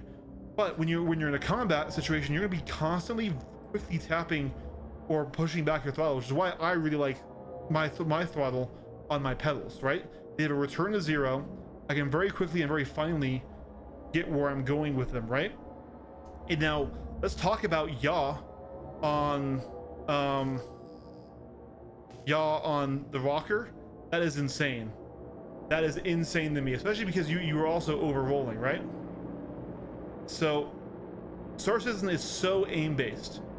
I have pitch on Y and my yaw on X. That way all my right hand is doing is following your pip and aiming you, right? Because yaw is a super important pit, just right there. Like, you would have to press that button. So with how long the TTK is, how steady you need to have your aim, how consistently you need to hit, yeah, yaw is more important to have on that right stick than roll is, right? Because if you think about it this way, even with your twist axis broken, right, you're always going to be going towards the pip, And you're supposed to be rolling to keep in pitch with me. So to roll mash. Or to be evasive to create the corkscrew, things like that, right? So I would almost rather you put your aim on your yaw on your X, and then your roll on the rocker. At least then, yes, it's analog. Sorry, it's digital. But at least then, that's more like a right stick and a keyboard.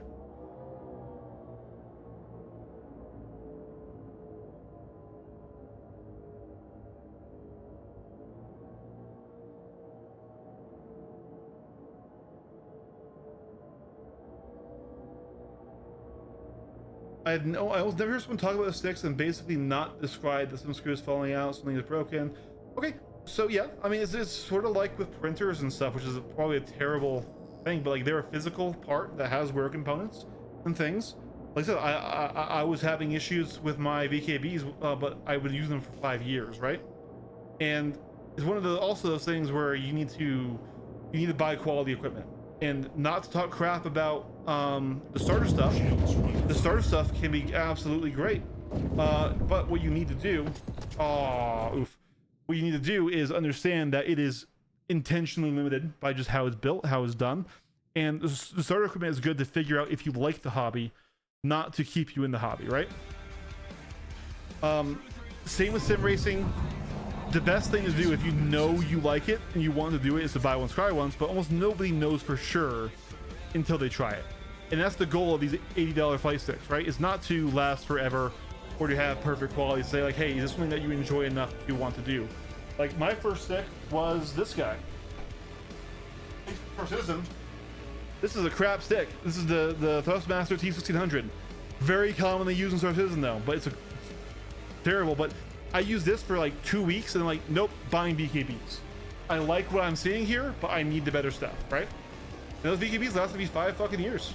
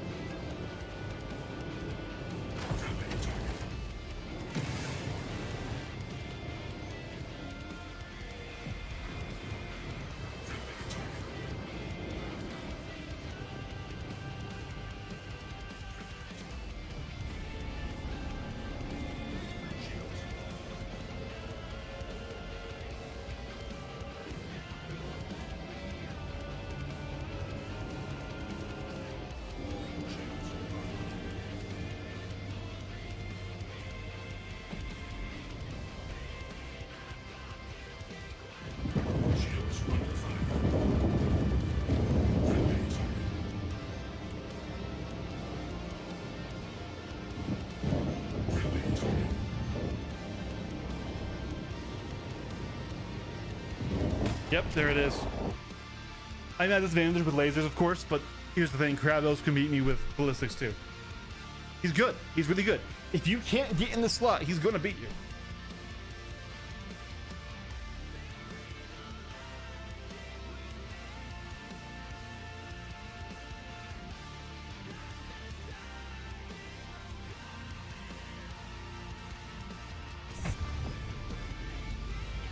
Yeah, like springs are a wear component and they're expected to break. Like even when you buy high-end sticks, they come with more springs.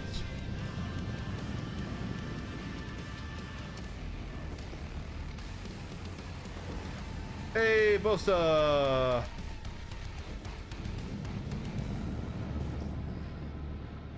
Did Kratos leave again? No, he's still in here somewhere.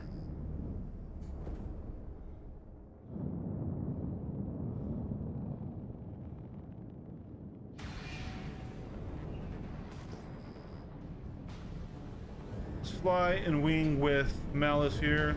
Oh. And let's see if we can't dive on this. Check fire.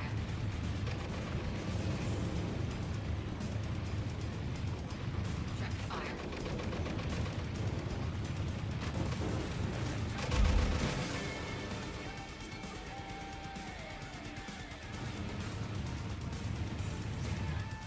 Shields offline.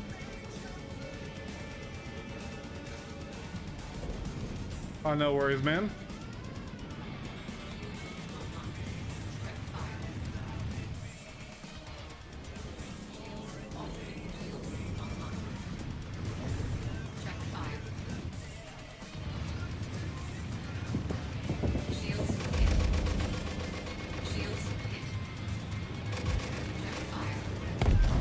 kill.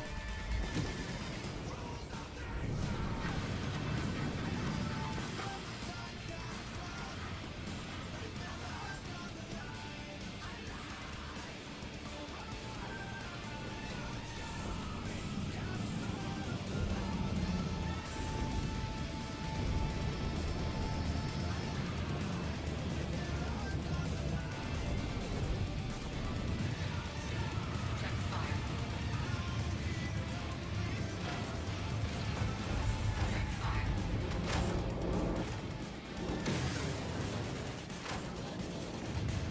Check fire. Check fire.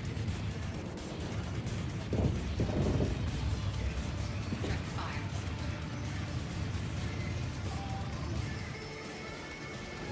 Check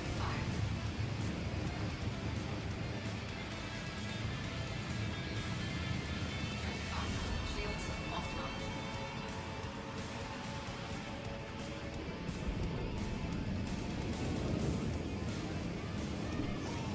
Oh, he turned around.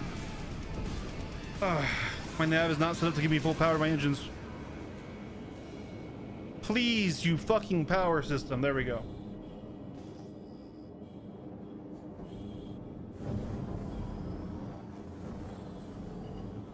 Shields online. Check fire.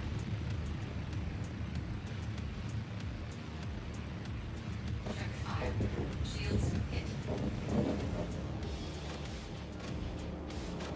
Check fire. Check fire. There we go. Got him again. Preset.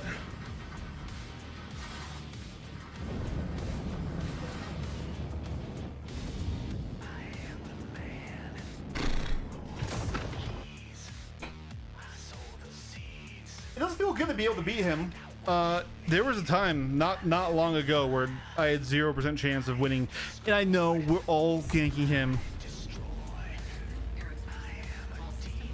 It's just nice to know that after my sabbaticals that I'm not totally gone, right?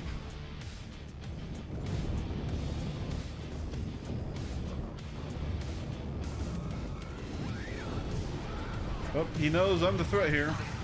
Shields hit.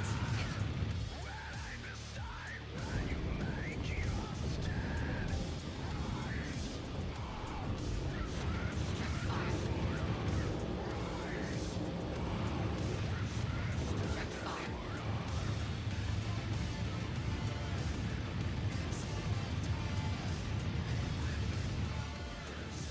Shields offline.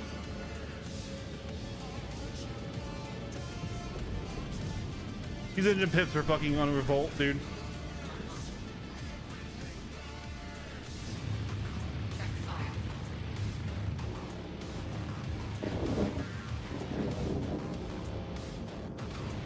fire. Oh, I blacked out. I'm dead. Yep. Ah, where's my flight suit?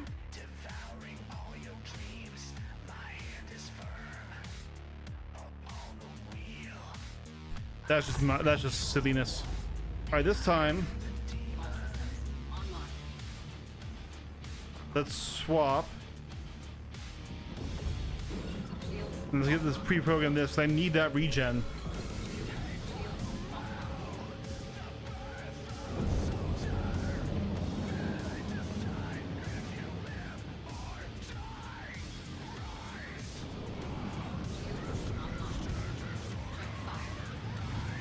I think in the M80 you should just win the trade, honestly. So if you stay nose in on him, I think you out damage and out health him.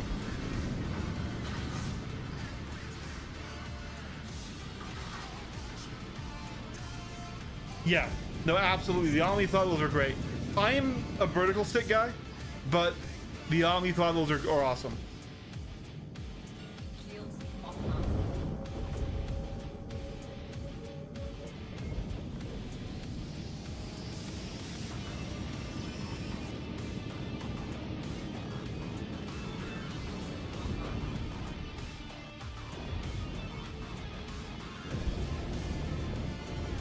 Shields hit. Check fire. Can I get in? Nope. He's gonna get me right here. Yeah, so if you can't, like I said, if you can't, he's very good at keeping out of that rate, and if you can't get him there, he's gonna out damage the hero. Yeah, thanks for joining in, Aries. I said, I hope me kind of roasting your setup wasn't taken the wrong way. I'm just definitely get those pedals, man, and if you decide you want to keep doing this, there's some other. I really all paths lead to VKB for budget, honestly. The gladiators are really cheap for how awesome they are.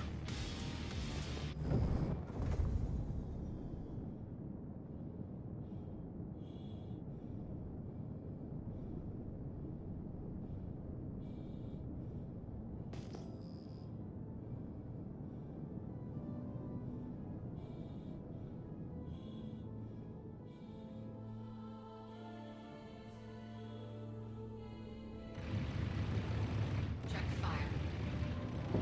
Shields hit. Check fire. We fucked it up again. I'm pushing too hard.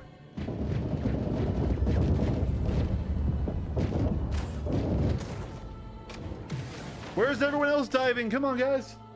I'm in the arrow. I shouldn't get there first. It's okay. It's all right. I appreciate y'all. Let's see. Let's hop around in the PU for a little bit. Still decide which main stick I will get. Maybe gunfighter with bigger grip. Yeah, absolutely. Like,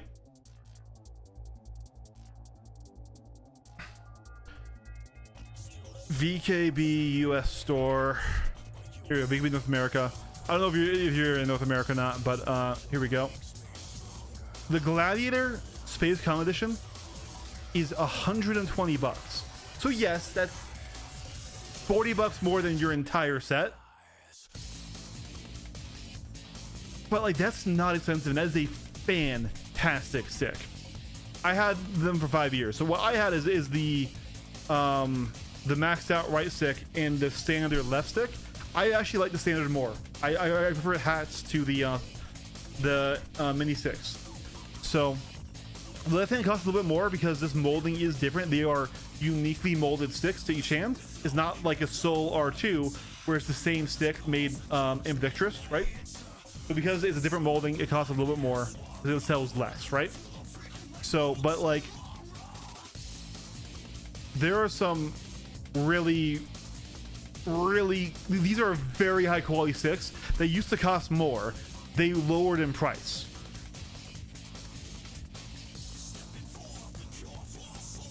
I get you, man. I get you entirely, dude. All right.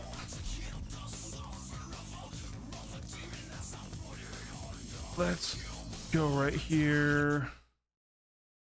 And let's chill for our last hour on stream.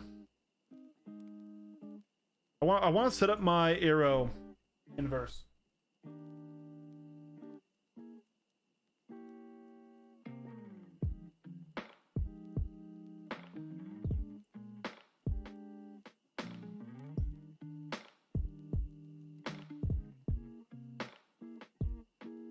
You see what I mean, Index? Like, so okay, what makes a good joystick? The gimbal. The gimbal. So, where'd I put it? I'm blind, chat. Yeah, I'm blind. Where'd I put my little stick? I threw it. I yeeted this thing. All right. So most cheap sticks and all Thrustmasters and Logitechs, okay? They use a very old and very cheap gimbal, which I won't really be able to show you that well.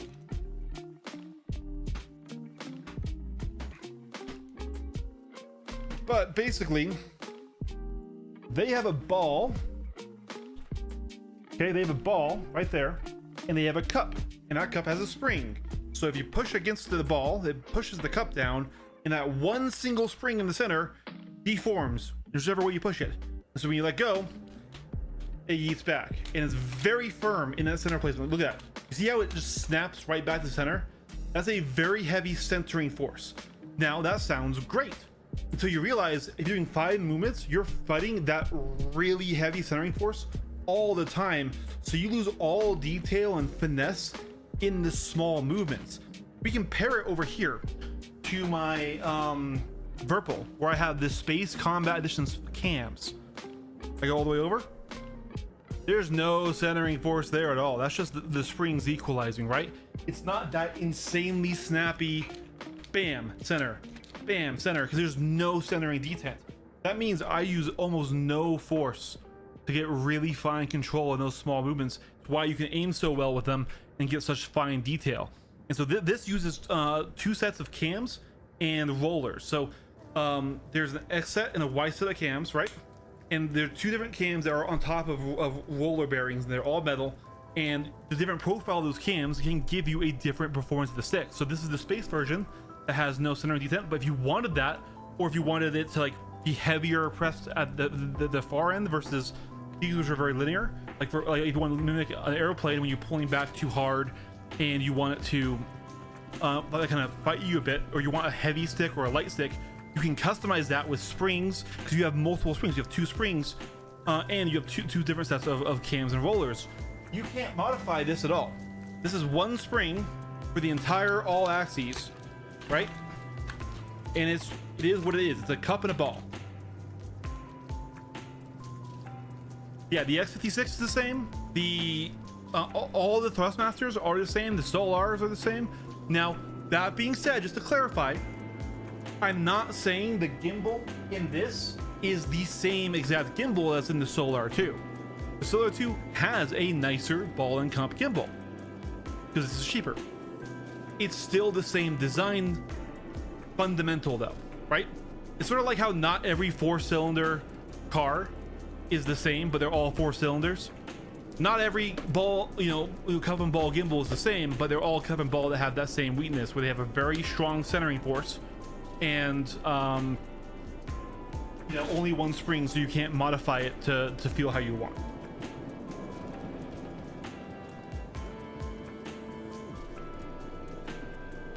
Yeah, these are the standard springs. So I think they do come with the lightest installed, either that or is a medium. But yeah, so this movement is what's different between a very high quality setup for space flight stick and a general very cheap stick.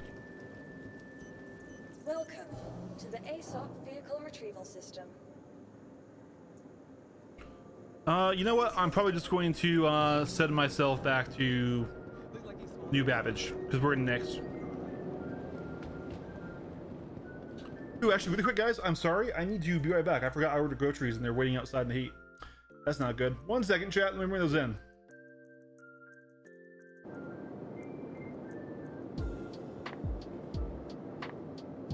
Be right back.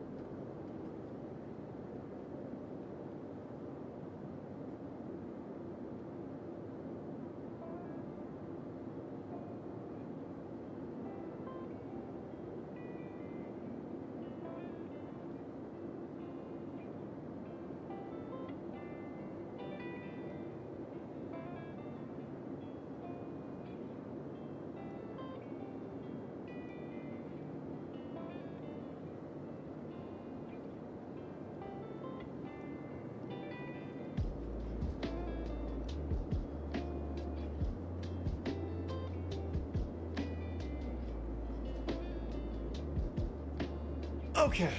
Sorry about that, chat. Get that back on up. All right.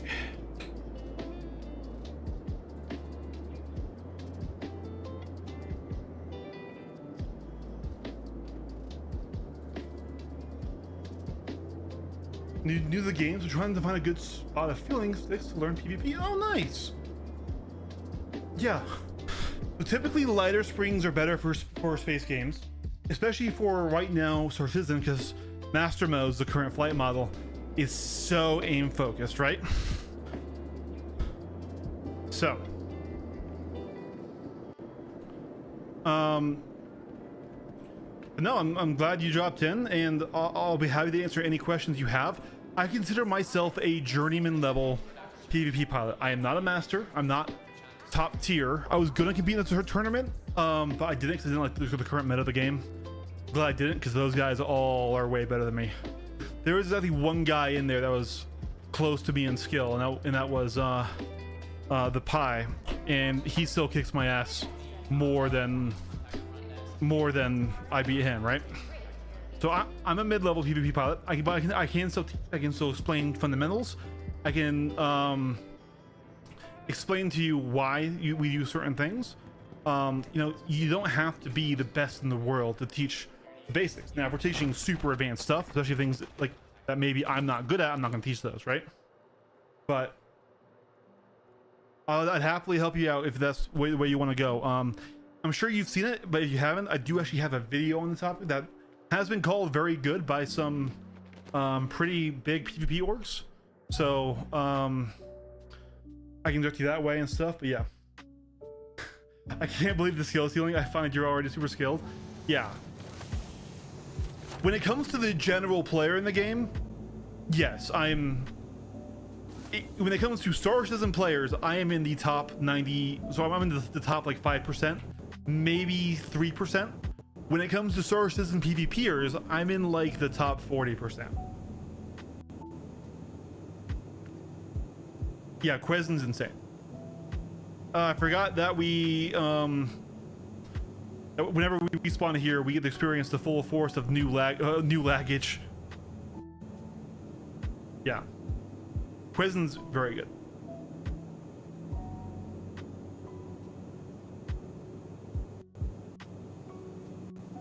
Maybe it will let me out. Hey, there we go. I would have thought you can beat most. No, not most PvPers. Trust me, I am still in the midpoint of my journey. Even with thousands of dollars spent and hundreds of hours of seat time in PvP alone, not just the whole game.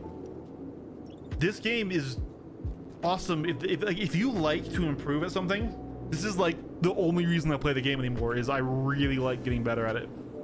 Granted, that's not totally true. I'm still in love with the project. I still like what Star Citizen will become. It's just, I would not have become a YouTuber, and I would not have focused so much time and money in this game if learning advanced flight wasn't so goddamn fun to me. Where do you think you lag or can improve? Oh, easy. I still need to improve on volt matching. Still need to improve on knife fighting, on being able to force a knife fight when someone else doesn't want to be in it, right? Right now, I kind of need somebody to want to stay in that with me. Whereas there are times where I'm fighting people and I will want to leave it and I can't leave it. Like, for example, Gold Onion, one of the best knife fighters in the game, right? General aim still, like I've got good aim, and maybe I'm comparing myself to mouse aimers, which I'll never be able to match on a stick, but I still think I can get better aim, better off-pip aim. I said more precise rolling, roll matching. I need to, oftentimes in fights, I find myself, I'm locking my left stick back in up strafe, because I'm trying to close that distance constantly, which I do think is flattening me out a lot and making me a lot more predictable. So I need to break that habit of always being in the up strafe. I'm over aggressive. I always want the knife fight. That's like my favorite thing in the game, but I can't always get it. And when I do that, I'm burning a lot of afterburner to get there. And sometimes, unfortunately, in Master Mode, the best thing to do is to just sit and aim trade. The problem is that Host Ass is probably the worst control scheme to try to aim trade with. aside from maybe HOCAS, which is hands-on keyboard and stick.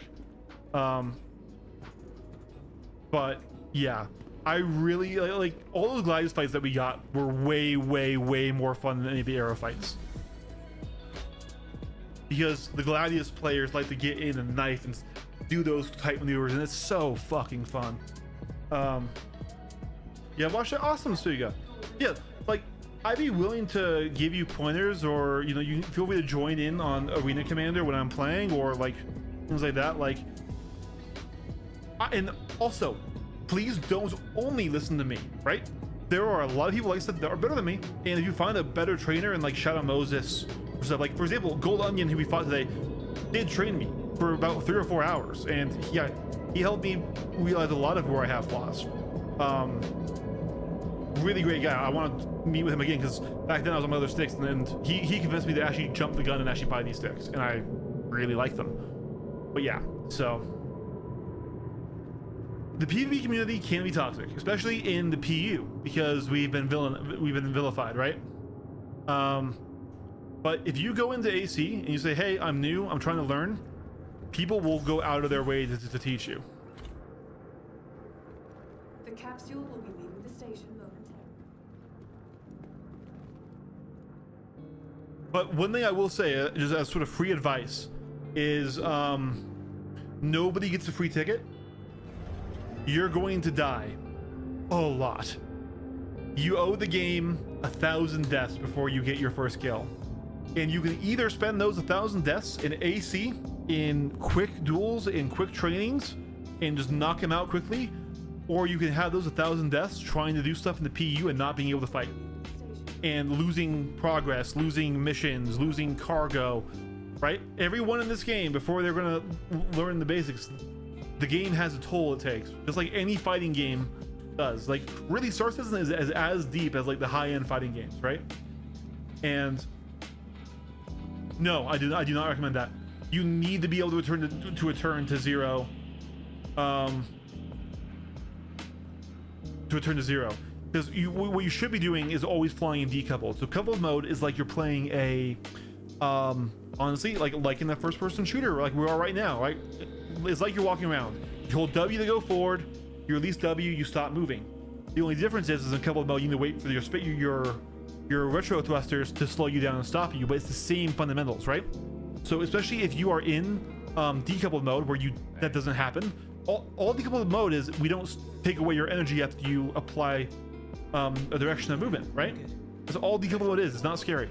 What that means is you can gear yourself to any speed you want just by using space brake, using forward, using side strafes. You can get to any speed you want and hold it there super easy. You do not need a throttle, and you don't want sustained input. Sustained input flattens you out. It makes you predictable. It will pull you away from targets, right?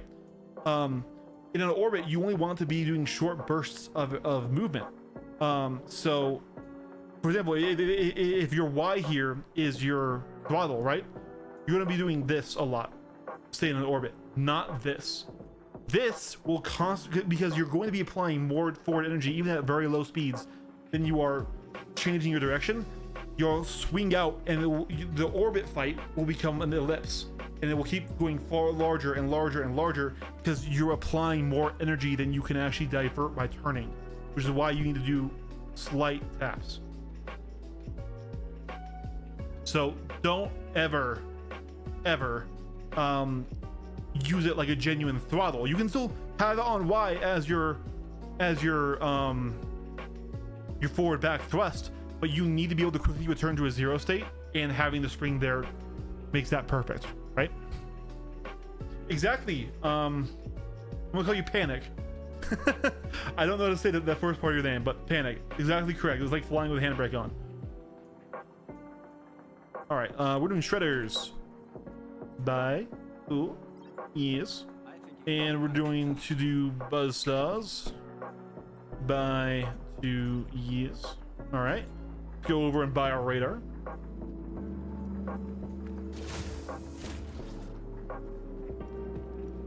Exactly, Pills.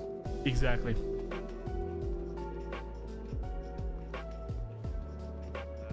miss the days when Outlaws tried I wish I didn't glitch away my flight helmet.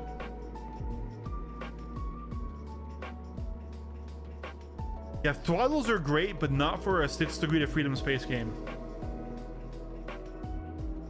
The throttle is probably the least efficient way to play this game. It's very cool. It is very cool, but it just, with how the flight model works, it's kind of suicide in the fight. You will be flying very flat, very predictable, very large, long orbits. You won't be able to do tight turns with people. Yeah, it's sad. But it's kind of how it needs to be. And throttles are still great for general flight simming. We're looking for radar. Ooh, should we do a flight blade, chat? Ooh, chat. I have not messed around with the Aero flight blades.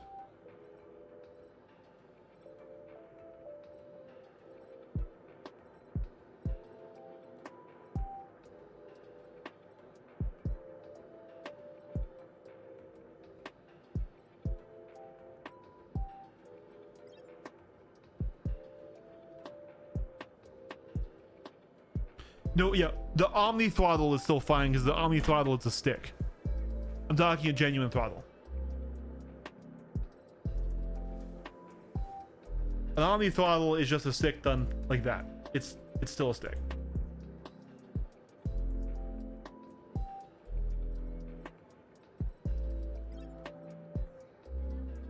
Oh, they don't have the Aero flight blades here? Darn.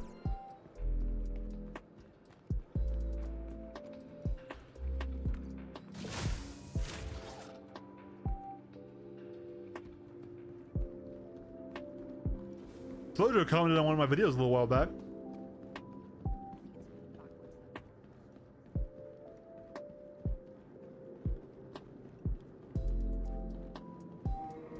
Aero Blizzard Orzen? Good to know, man. Appreciate that.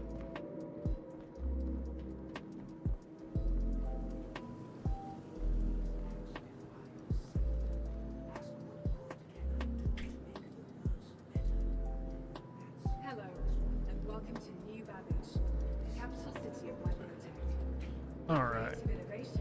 So I think most of our good stuff is actually at Seraphim anyways, so we should just go to Seraphim. So that's where most of my components that I farmed up were. So yeah, we're gonna get in the Aero.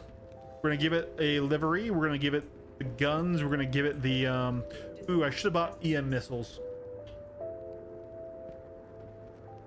We're here. Let's go back and buy EM missiles. If we're kitting up the ship, let's kit up the ship.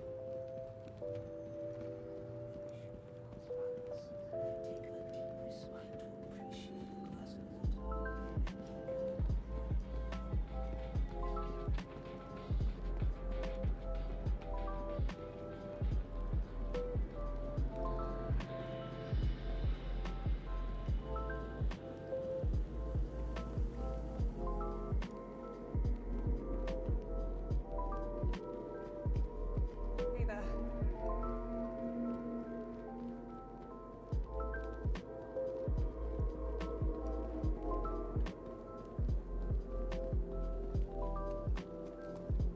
Ooh. I was just relogging it back to my handguns buying a new badge. How are you getting by? Tempting. Hey, good night, Suga. Thanks for coming by and watching, man.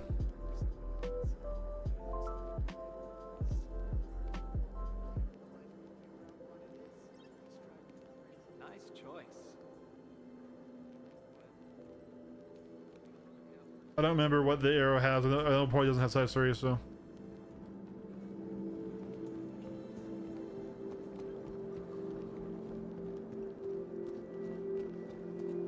Hey.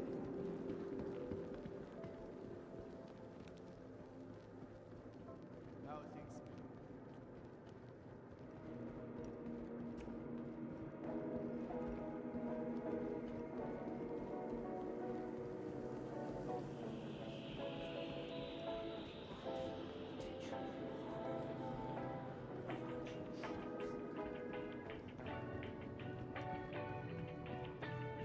I can fly coupled now really good, but decoupled I feel on ice and I feel not very precise, like an easier aiming object. Yeah.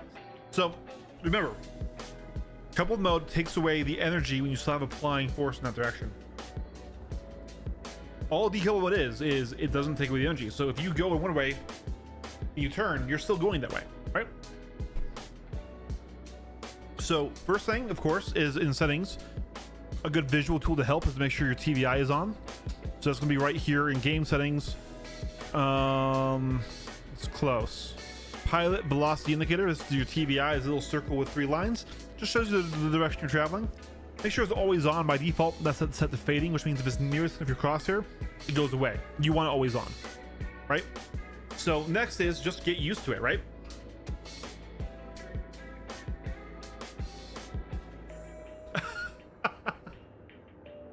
Aeondix, that's dirty.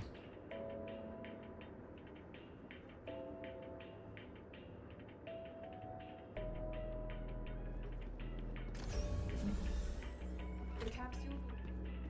Next, I would say just practice getting into orbits. Go to the station, fly around it. Just remember, if you push in a direction, you're gonna keep going that direction until you push against it, or you hit your space brake, right?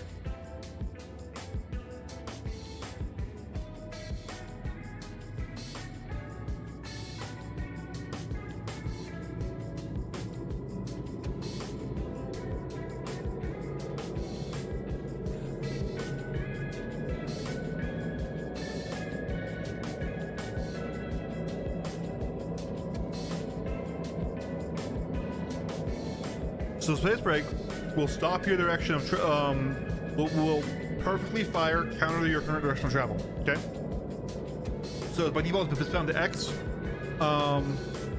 it's similar to what couple mode does, but a little different. Because so couple mode, as soon as you stop applying, like say I'm strafing left, and I let go of that, it fires those thrusters to stop me from continuing to go left. What space brake does is it doesn't care if I still have maybe forward that I'm going. If I press space brake, it takes that TVI wherever it is and fires in the opposite direction to stop me without changing my vector. So space brake slows you down without changing your vector of travel. It's really good for landing. Very useful for landing. You can hold it, and then you can apply boost as well. So I have my space brake on my pinky button, which you can't really see, but right where my pinky is wiggling right there's a button. And that's my space brake.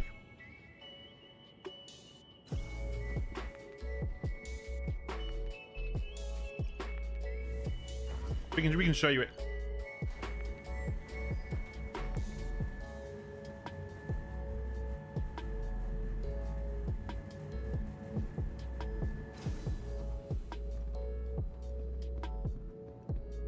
Yeah, so as I'm on my left stick, my thumb is on boost, my pinky's on brake.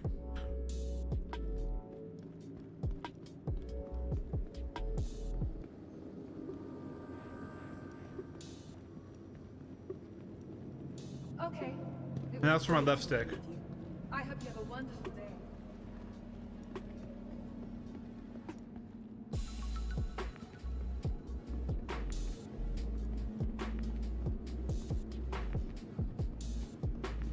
Welcome to the ASOP Vehicle Retrieval System.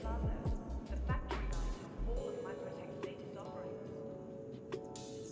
Your vehicle has been moved to our storage facility. Please visit us again. Goodbye. Yeah, no worries. Microtech, the empire's leader in cutting-edge technology, where creative innovation meets innovative creativity. Hi, and welcome to New Balance. Yeah, we have nothing good here. Looking for a good time? You're right. Be sure to visit Wally's It was nice chatting with you. Only I hope you enjoyed the So I was right to buy size 2s.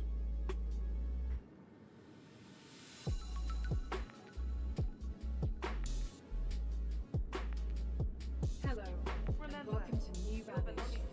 There's a meta arrow. Careful watch, where creative innovation meets innovative creativity. Yes. You can boost the space brake, but you can still move your pitch and your yaw. But here's what's important. While space brake is being done, because it does it without drifting, it actually locks you in your current direction of travel. So note, be aware of that. You can't brake, turn, and accelerate while braking in one direction, right? So if you want to travel another direction, you're best not space braking. Space brake takes you the way you're going and slows you down in the most optimal way possible.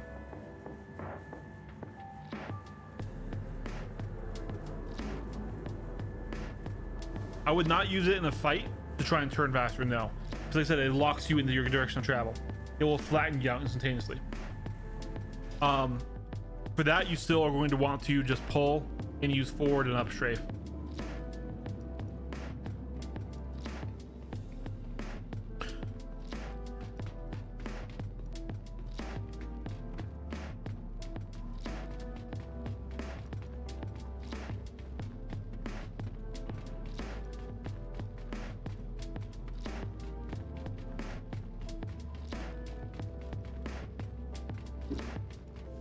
Oh, there's fireworks.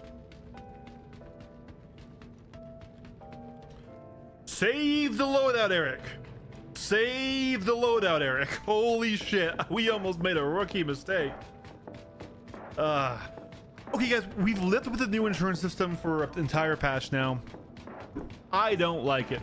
Do you like it? Because I don't. I miss claim timers because then if we shot down a ship, at the very least we're spending a little bit of money to get it back quicker, right? So on a big ship it could really matter. It eats your crap. I pressed the wrong button.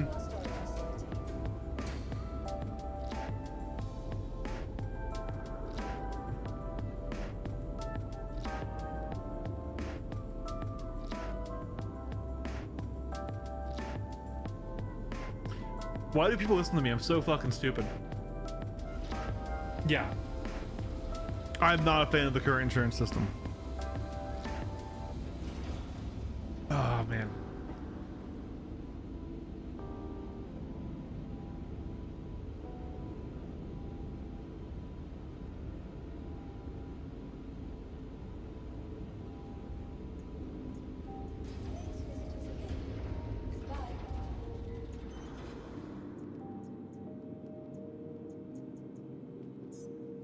Your vehicle has been delivered Yes, to the following location. I fully agree. The bricking is super annoying. It really is. I get it's good to stop duping, but I don't even think it genuinely stopped duping. So, I'm not a fan of that at all.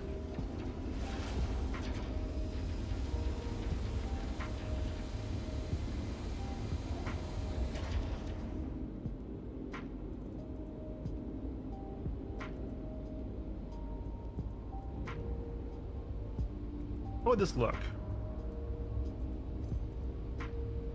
Ridiculous. I'm doing it. I like it better than the other flight helmet. But hey, pilots have wacky helmets all the time.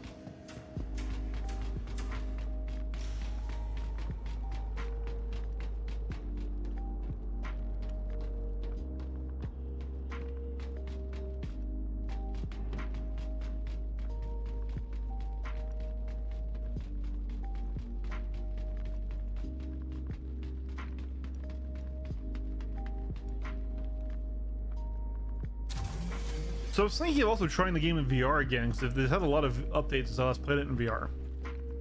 But I still want to stream. So that would be definitely something to try and figure out.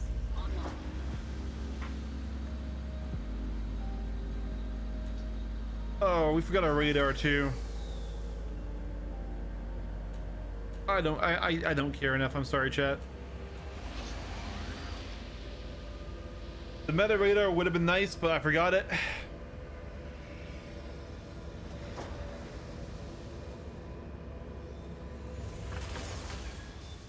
Takeoff complete.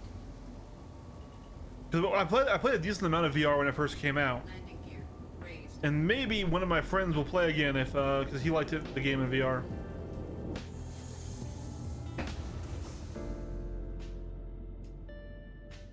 You're all set to go.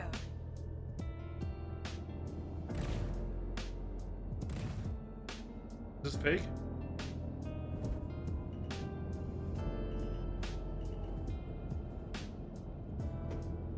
Not fake. bullets didn't impact it though.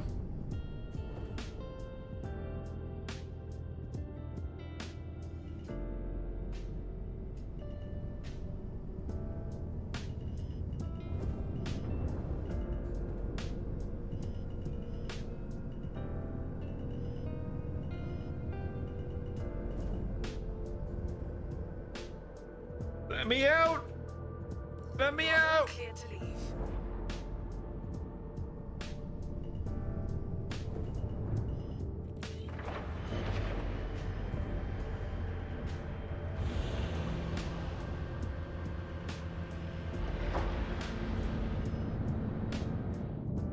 Perfect.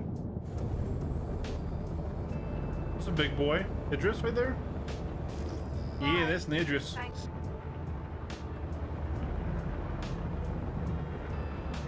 I'm gonna be seeing a lot of these guys flying around trying to get their free Mac railgun off of the Xenothreat one.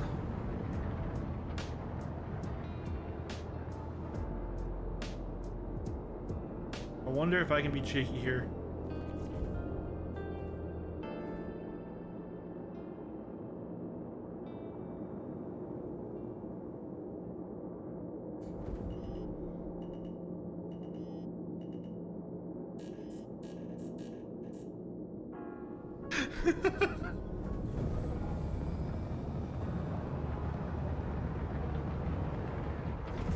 Shields offline.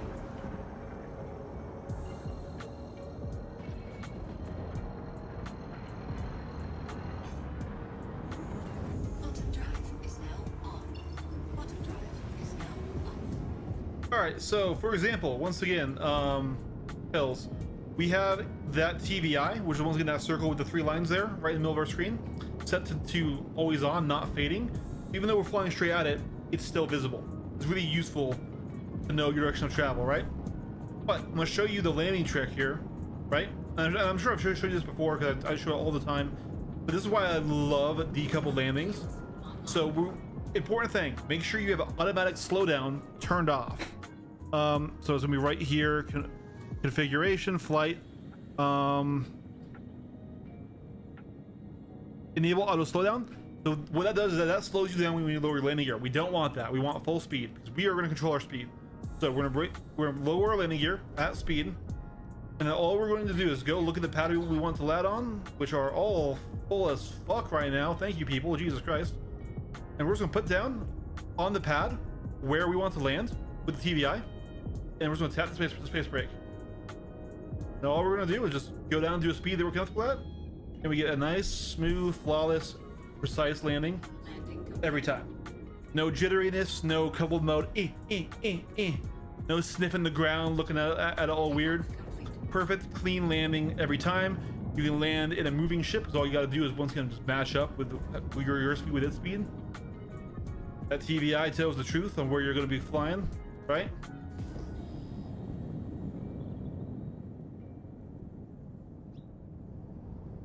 Part of me really wanted to just engage this guy.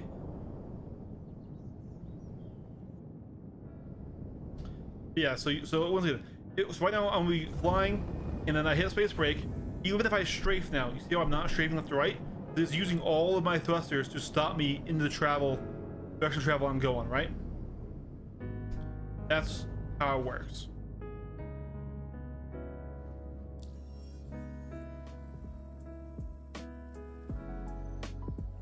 I zoomed out too far. All right, we're gonna fly down to Seraphim, where we have all of our components, and also I guess we'll check out the flight blades too.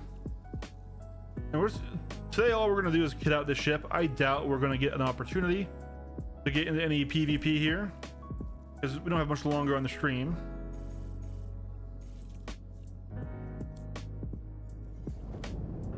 Shields offline.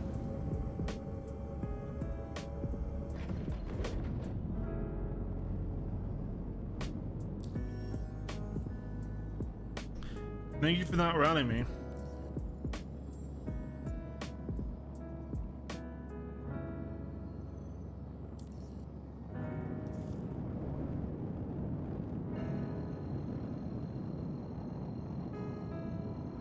Yeah. And so once again, if you need to change your direction of travel, you don't brake. You need to turn and burn and use your most powerful thrusters to change that direction of travel, right?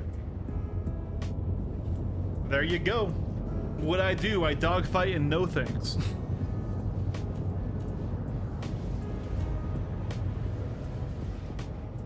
And then chat tells me things like, oh, I didn't know that because I can't know everything.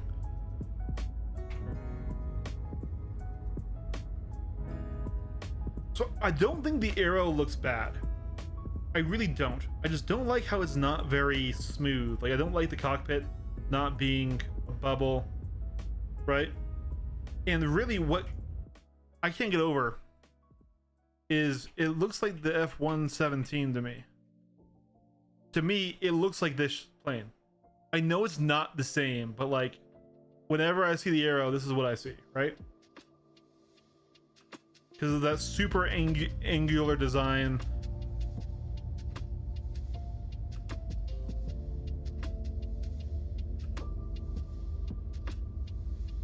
It's a cool plane. It's not one of my favorites. It's very cool though. Very, very, very cool. I don't like the stealth planes that much. I'm gonna be real with you. My absolute favorite of all time: the Viper, the Fighting Falcon, the F-16, but closely followed by the Gripen. Have you noticed I like Delta wings? I also like the Eurofighter. The Eurofighter is very sexy to me. I like Cannards, but man, the Gripen, God, I love how that looks. I just fucking adore that. Like, look at that. Oh, that's such a good picture.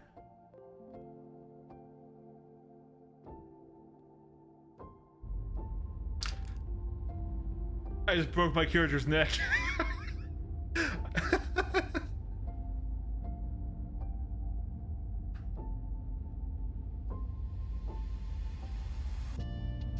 Really, where it fails for me is in the cockpit and nose. The rest of it's fine.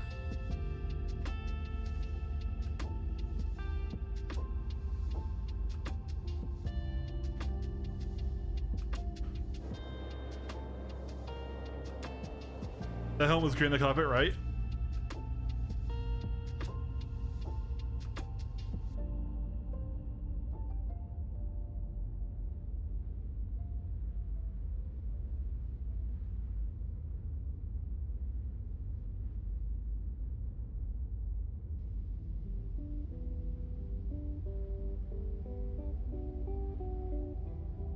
Wow, that's really fucking broken. You'd think they would have to say, like, you had to contribute in some way, like you had to at least be close to it. Let's go ahead and do it then.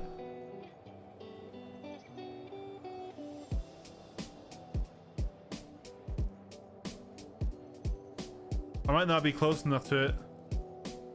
Oh no, priority.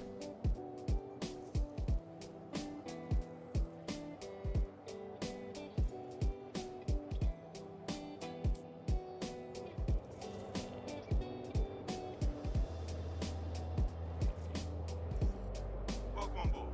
I'm Walton with Foxwell Point Concept. Everything looks good on my side, so you may proceed with your contract.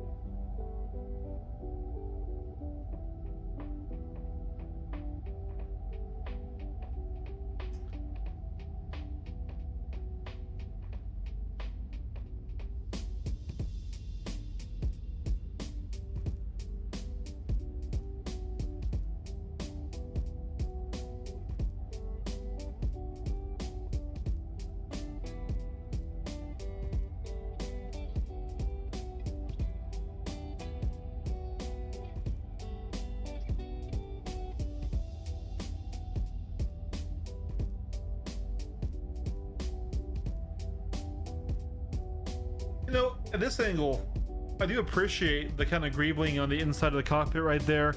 I do actually like how the cockpit's lower front support kind of has that sort of swoop down. That was kind of nice. It's not a terrible looking ship, it really isn't. But the Gladius has my heart. The Gladius has my heart.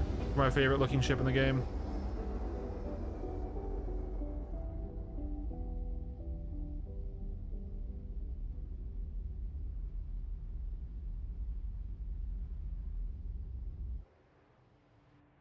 Quantum drive is now off.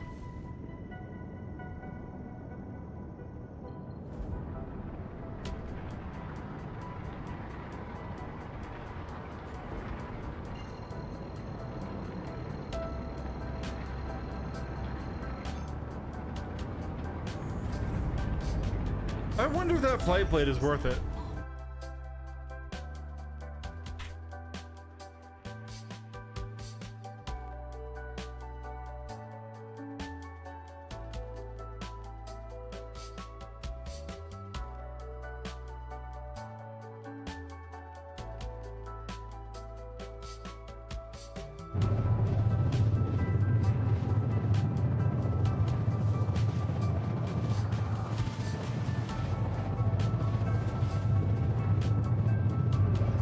Shields online. Shields offline. Quantum drive is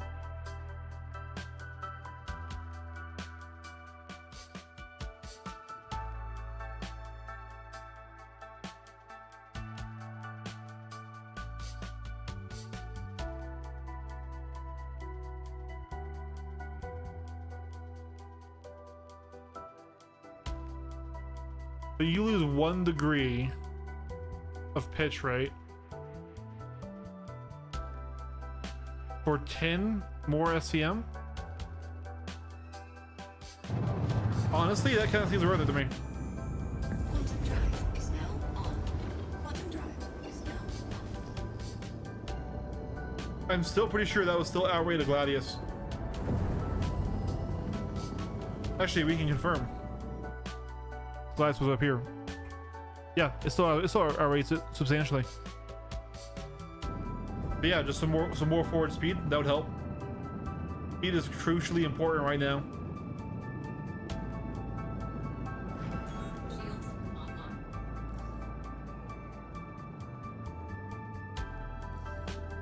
Landing gear deployed.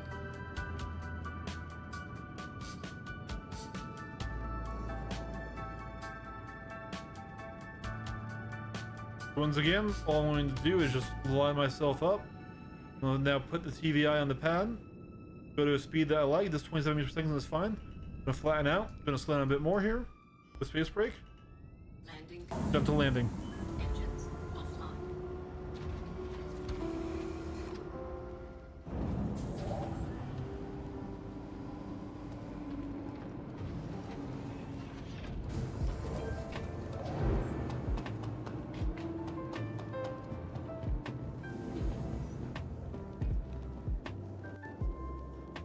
Welcome to the ASOP vehicle. Your vehicle, please visit us again.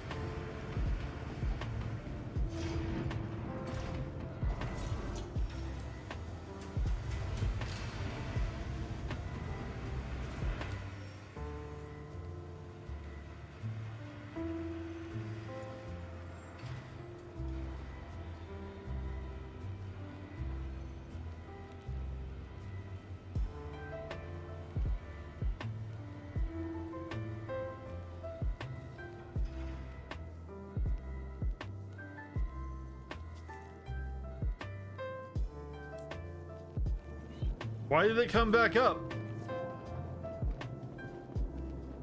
All right, we're gonna go inside, I guess, to store it faster.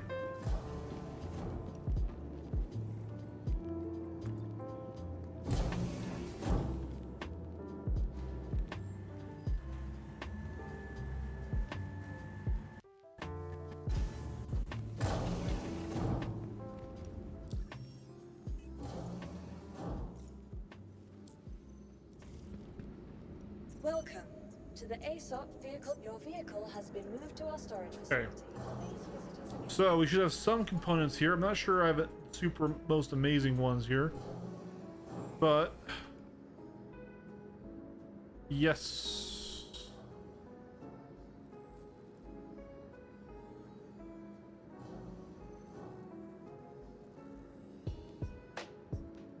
Yes, my stealth one is not here, sadly.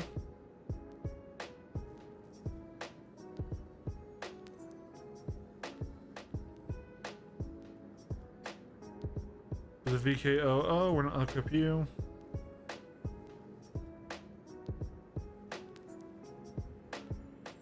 And we're going to re-equip you. And then shield gen.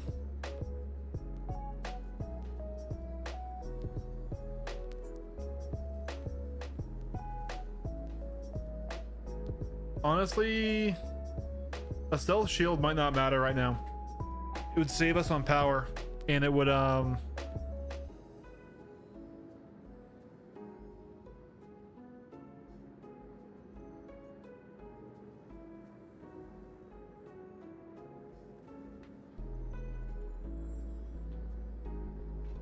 okay, all right.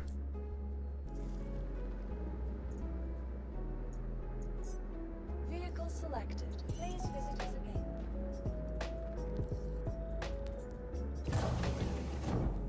And then we go to Orison. Then we'll probably call it right there. We're just gonna get the ship ready for action, because I spent too long on other ships, other things testing. It's time to get it ready up and fighting grade. We'll have to go back to Microtech to put on the radar. So we'll just do a claim after we get this done. You need to remember to save the ship loadout though next time. Anvil Aerospace. All systems online.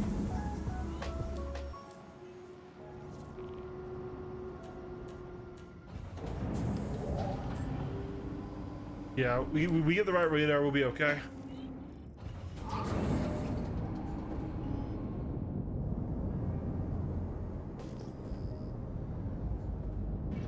Shields offline.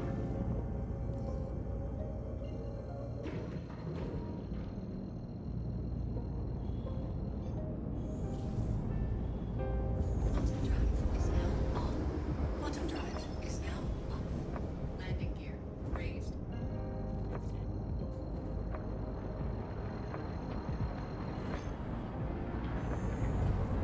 Yeah, I think it was a good stream. I think we had a good talk. Is now on.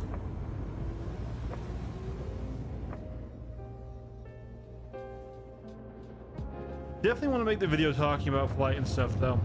I mean, Blitz definitely disagreed with me on some stuff there, which is okay. That's all right.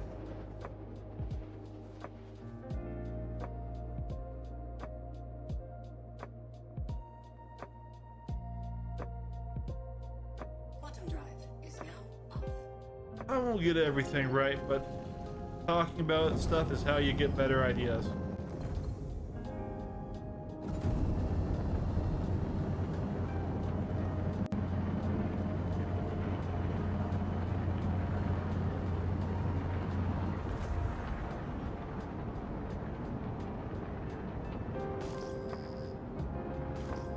Abandoned C1.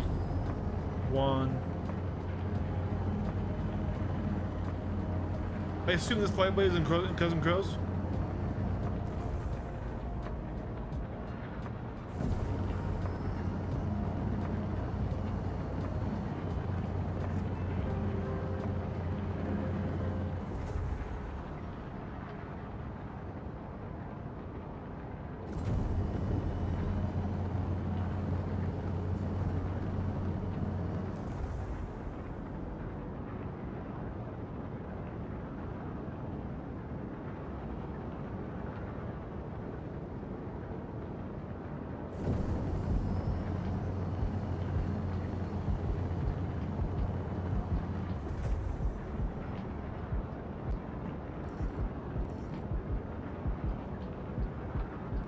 Okay, looks like we have a space view.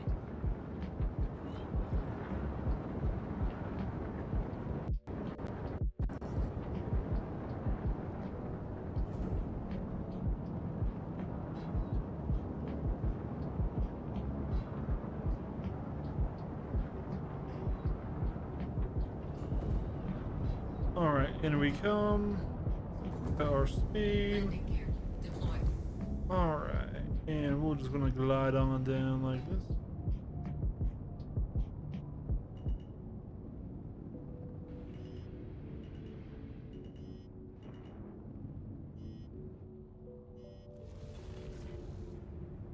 Landing complete. Nice and gentle. We'll go ahead and save the loadout. We're gonna save it twice anyways, but just in case you forget.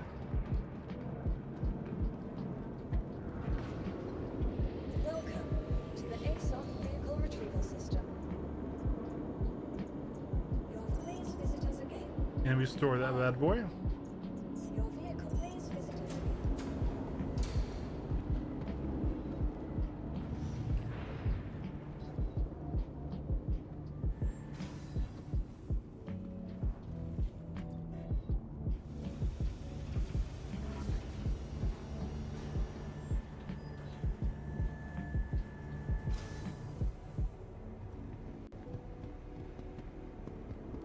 Be sure to explore and discover all Orson Hustle Crusader is a journey worth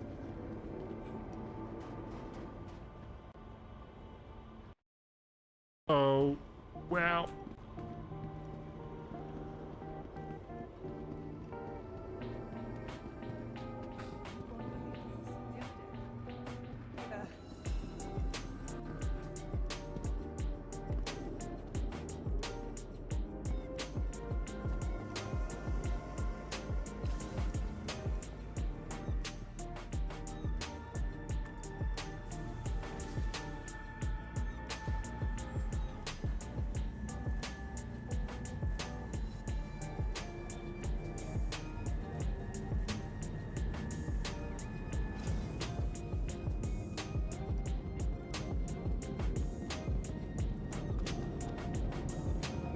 Mr. Shuttle, not a problem. Last call for passengers.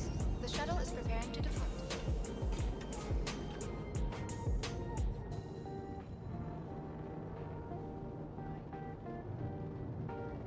Ah.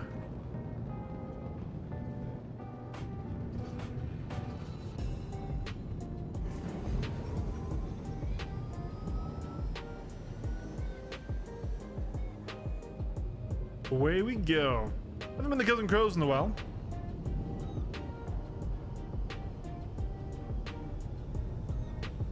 What ship is that? Vanguard? Vanguard.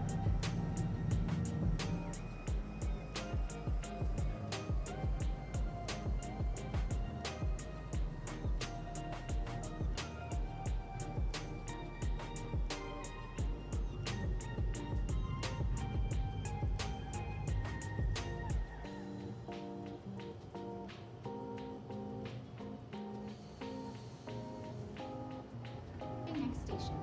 If this is your stop, please prepare to disembark. At Orson Collaboration Service, we aim to make getting there happen. Please enjoy your flight.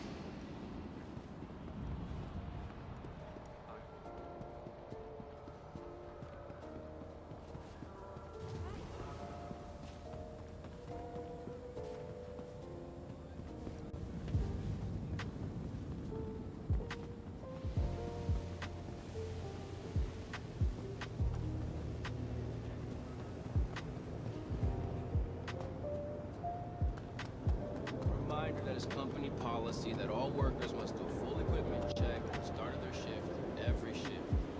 Crusader cares about your safety.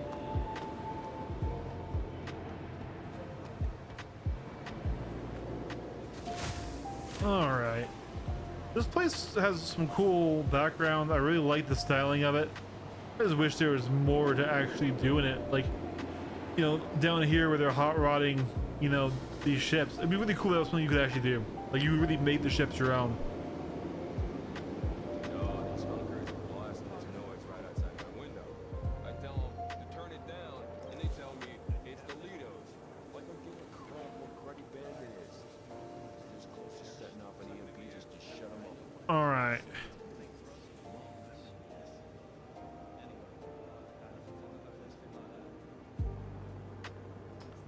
That's expensive, but we're gonna buy it. So body kits are interesting, right? Because the body kits just ended up being just straight bad. Because they added mass to the ship. Speed blade for the Carrack, yeah, right? So they added mass and cross section to the ship. So as cool as they were, they literally just lowered your stats. So like, okay, if that's one thing you can do, let you go the other way. Let you rip off pieces of the ship, like armor panels or things like that, right? And lower your mass and get better performance, right? Or do neither, make it purely cosmetic, so that way you can make your ship look however you want.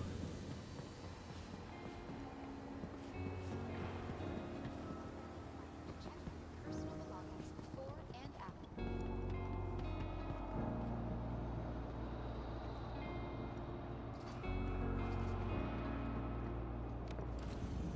Yeah.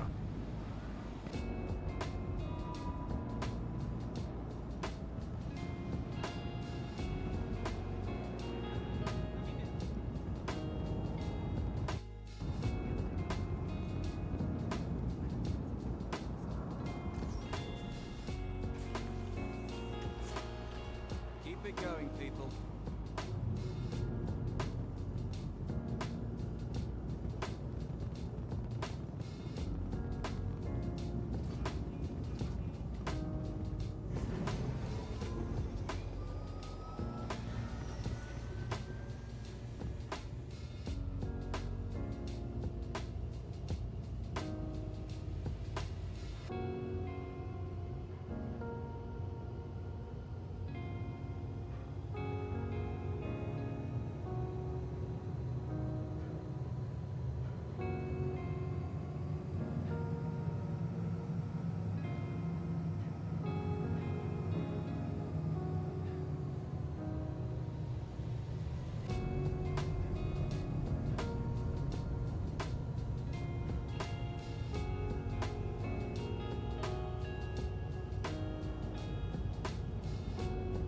Approaching next station.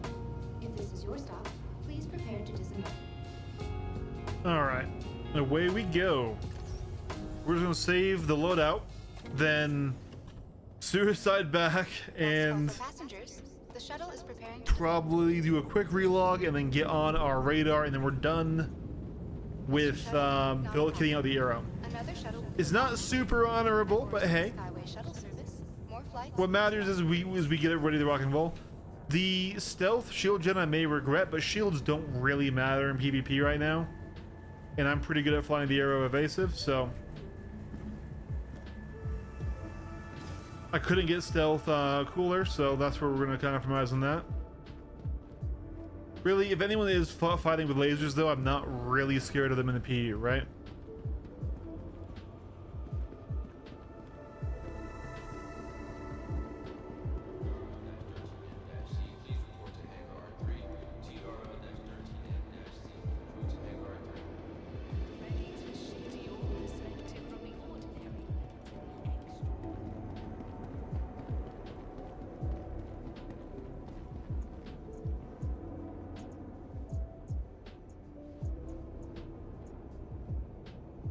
I know, I fully agree. Shield should matter. Shield gameplay is part of the vision, right? Watch that somehow it didn't actually save and then we just fucked ourselves and lost 200k. That would be our luck. That would be our luck. Baby, get you.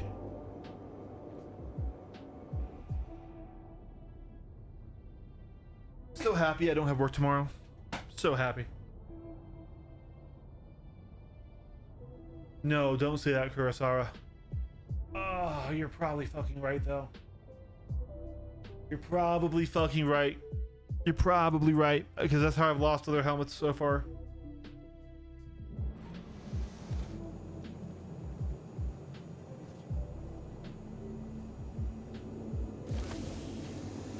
It's okay, guys. 4.9's coming. I'll get all that back, right? Oh, thank God.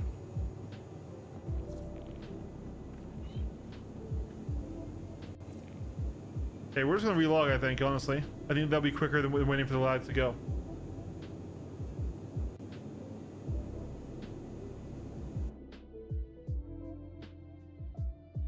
But yeah, I think it was a good stream, fun stream. We'll be live again on Saturday, but it'll be earlier in the day. So it'll be noon Central Time.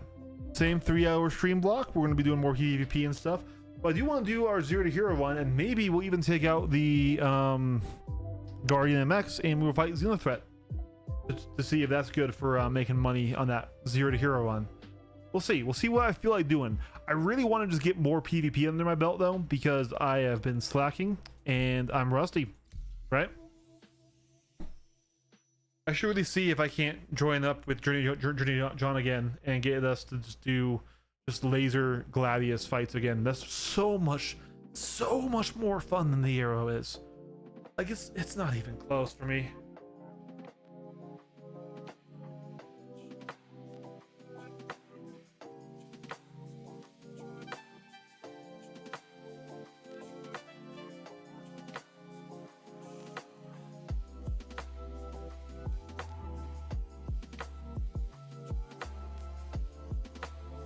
Do you guys think in 1.0, if you're able to craft an entire ship chassis, if it will have custom stats like the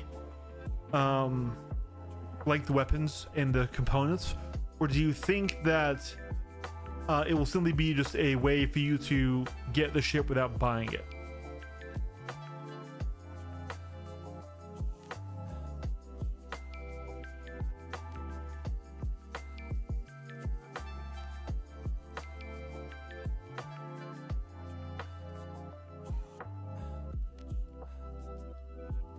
Oh my God, wait, it's Saturday the 4th? Okay, never mind. There might not be a stream. I forgot it's the 4th. God damn it. I set up this perfect stream schedule. I'm like, wait a second. I'm forgetting something. Yeah, fuck. I might do tomorrow then instead, actually. Because I did promise friends I would go to a barbecue with them.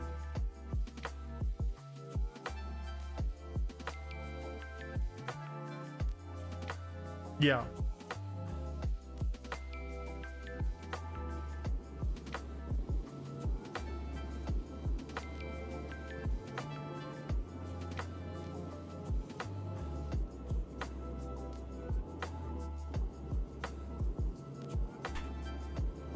Welcome to the ASOP vehicle retrieval system. Your vehicle has been moved to our store. Please visit us again. Goodbye.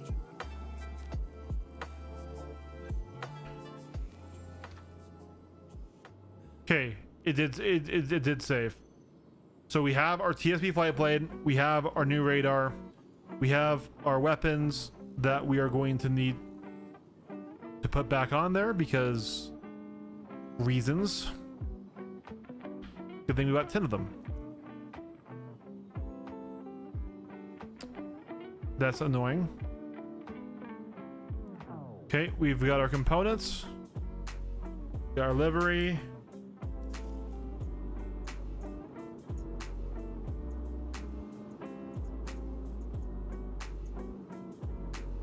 Please visit us again. All right, gotcha. Well, we'll have to see, right? Anyways, chat, thanks for watching. Thanks for hanging out with me. I really do appreciate you all. And so I will probably actually be streaming tomorrow instead of Saturday, just because I forgot it was the 4th. I promised friends I'd go to a barbecue. I'm gonna play Warhammer. It's gonna be a good time. So anyways, catch you all later. I agree. Crafting is not something I'm super interested in right now, but hopefully maybe when, you know, player trading's in or stuff, it would be less terrible. Thanks for watching, guys. I appreciate you all, and I'll see you next time. Peace.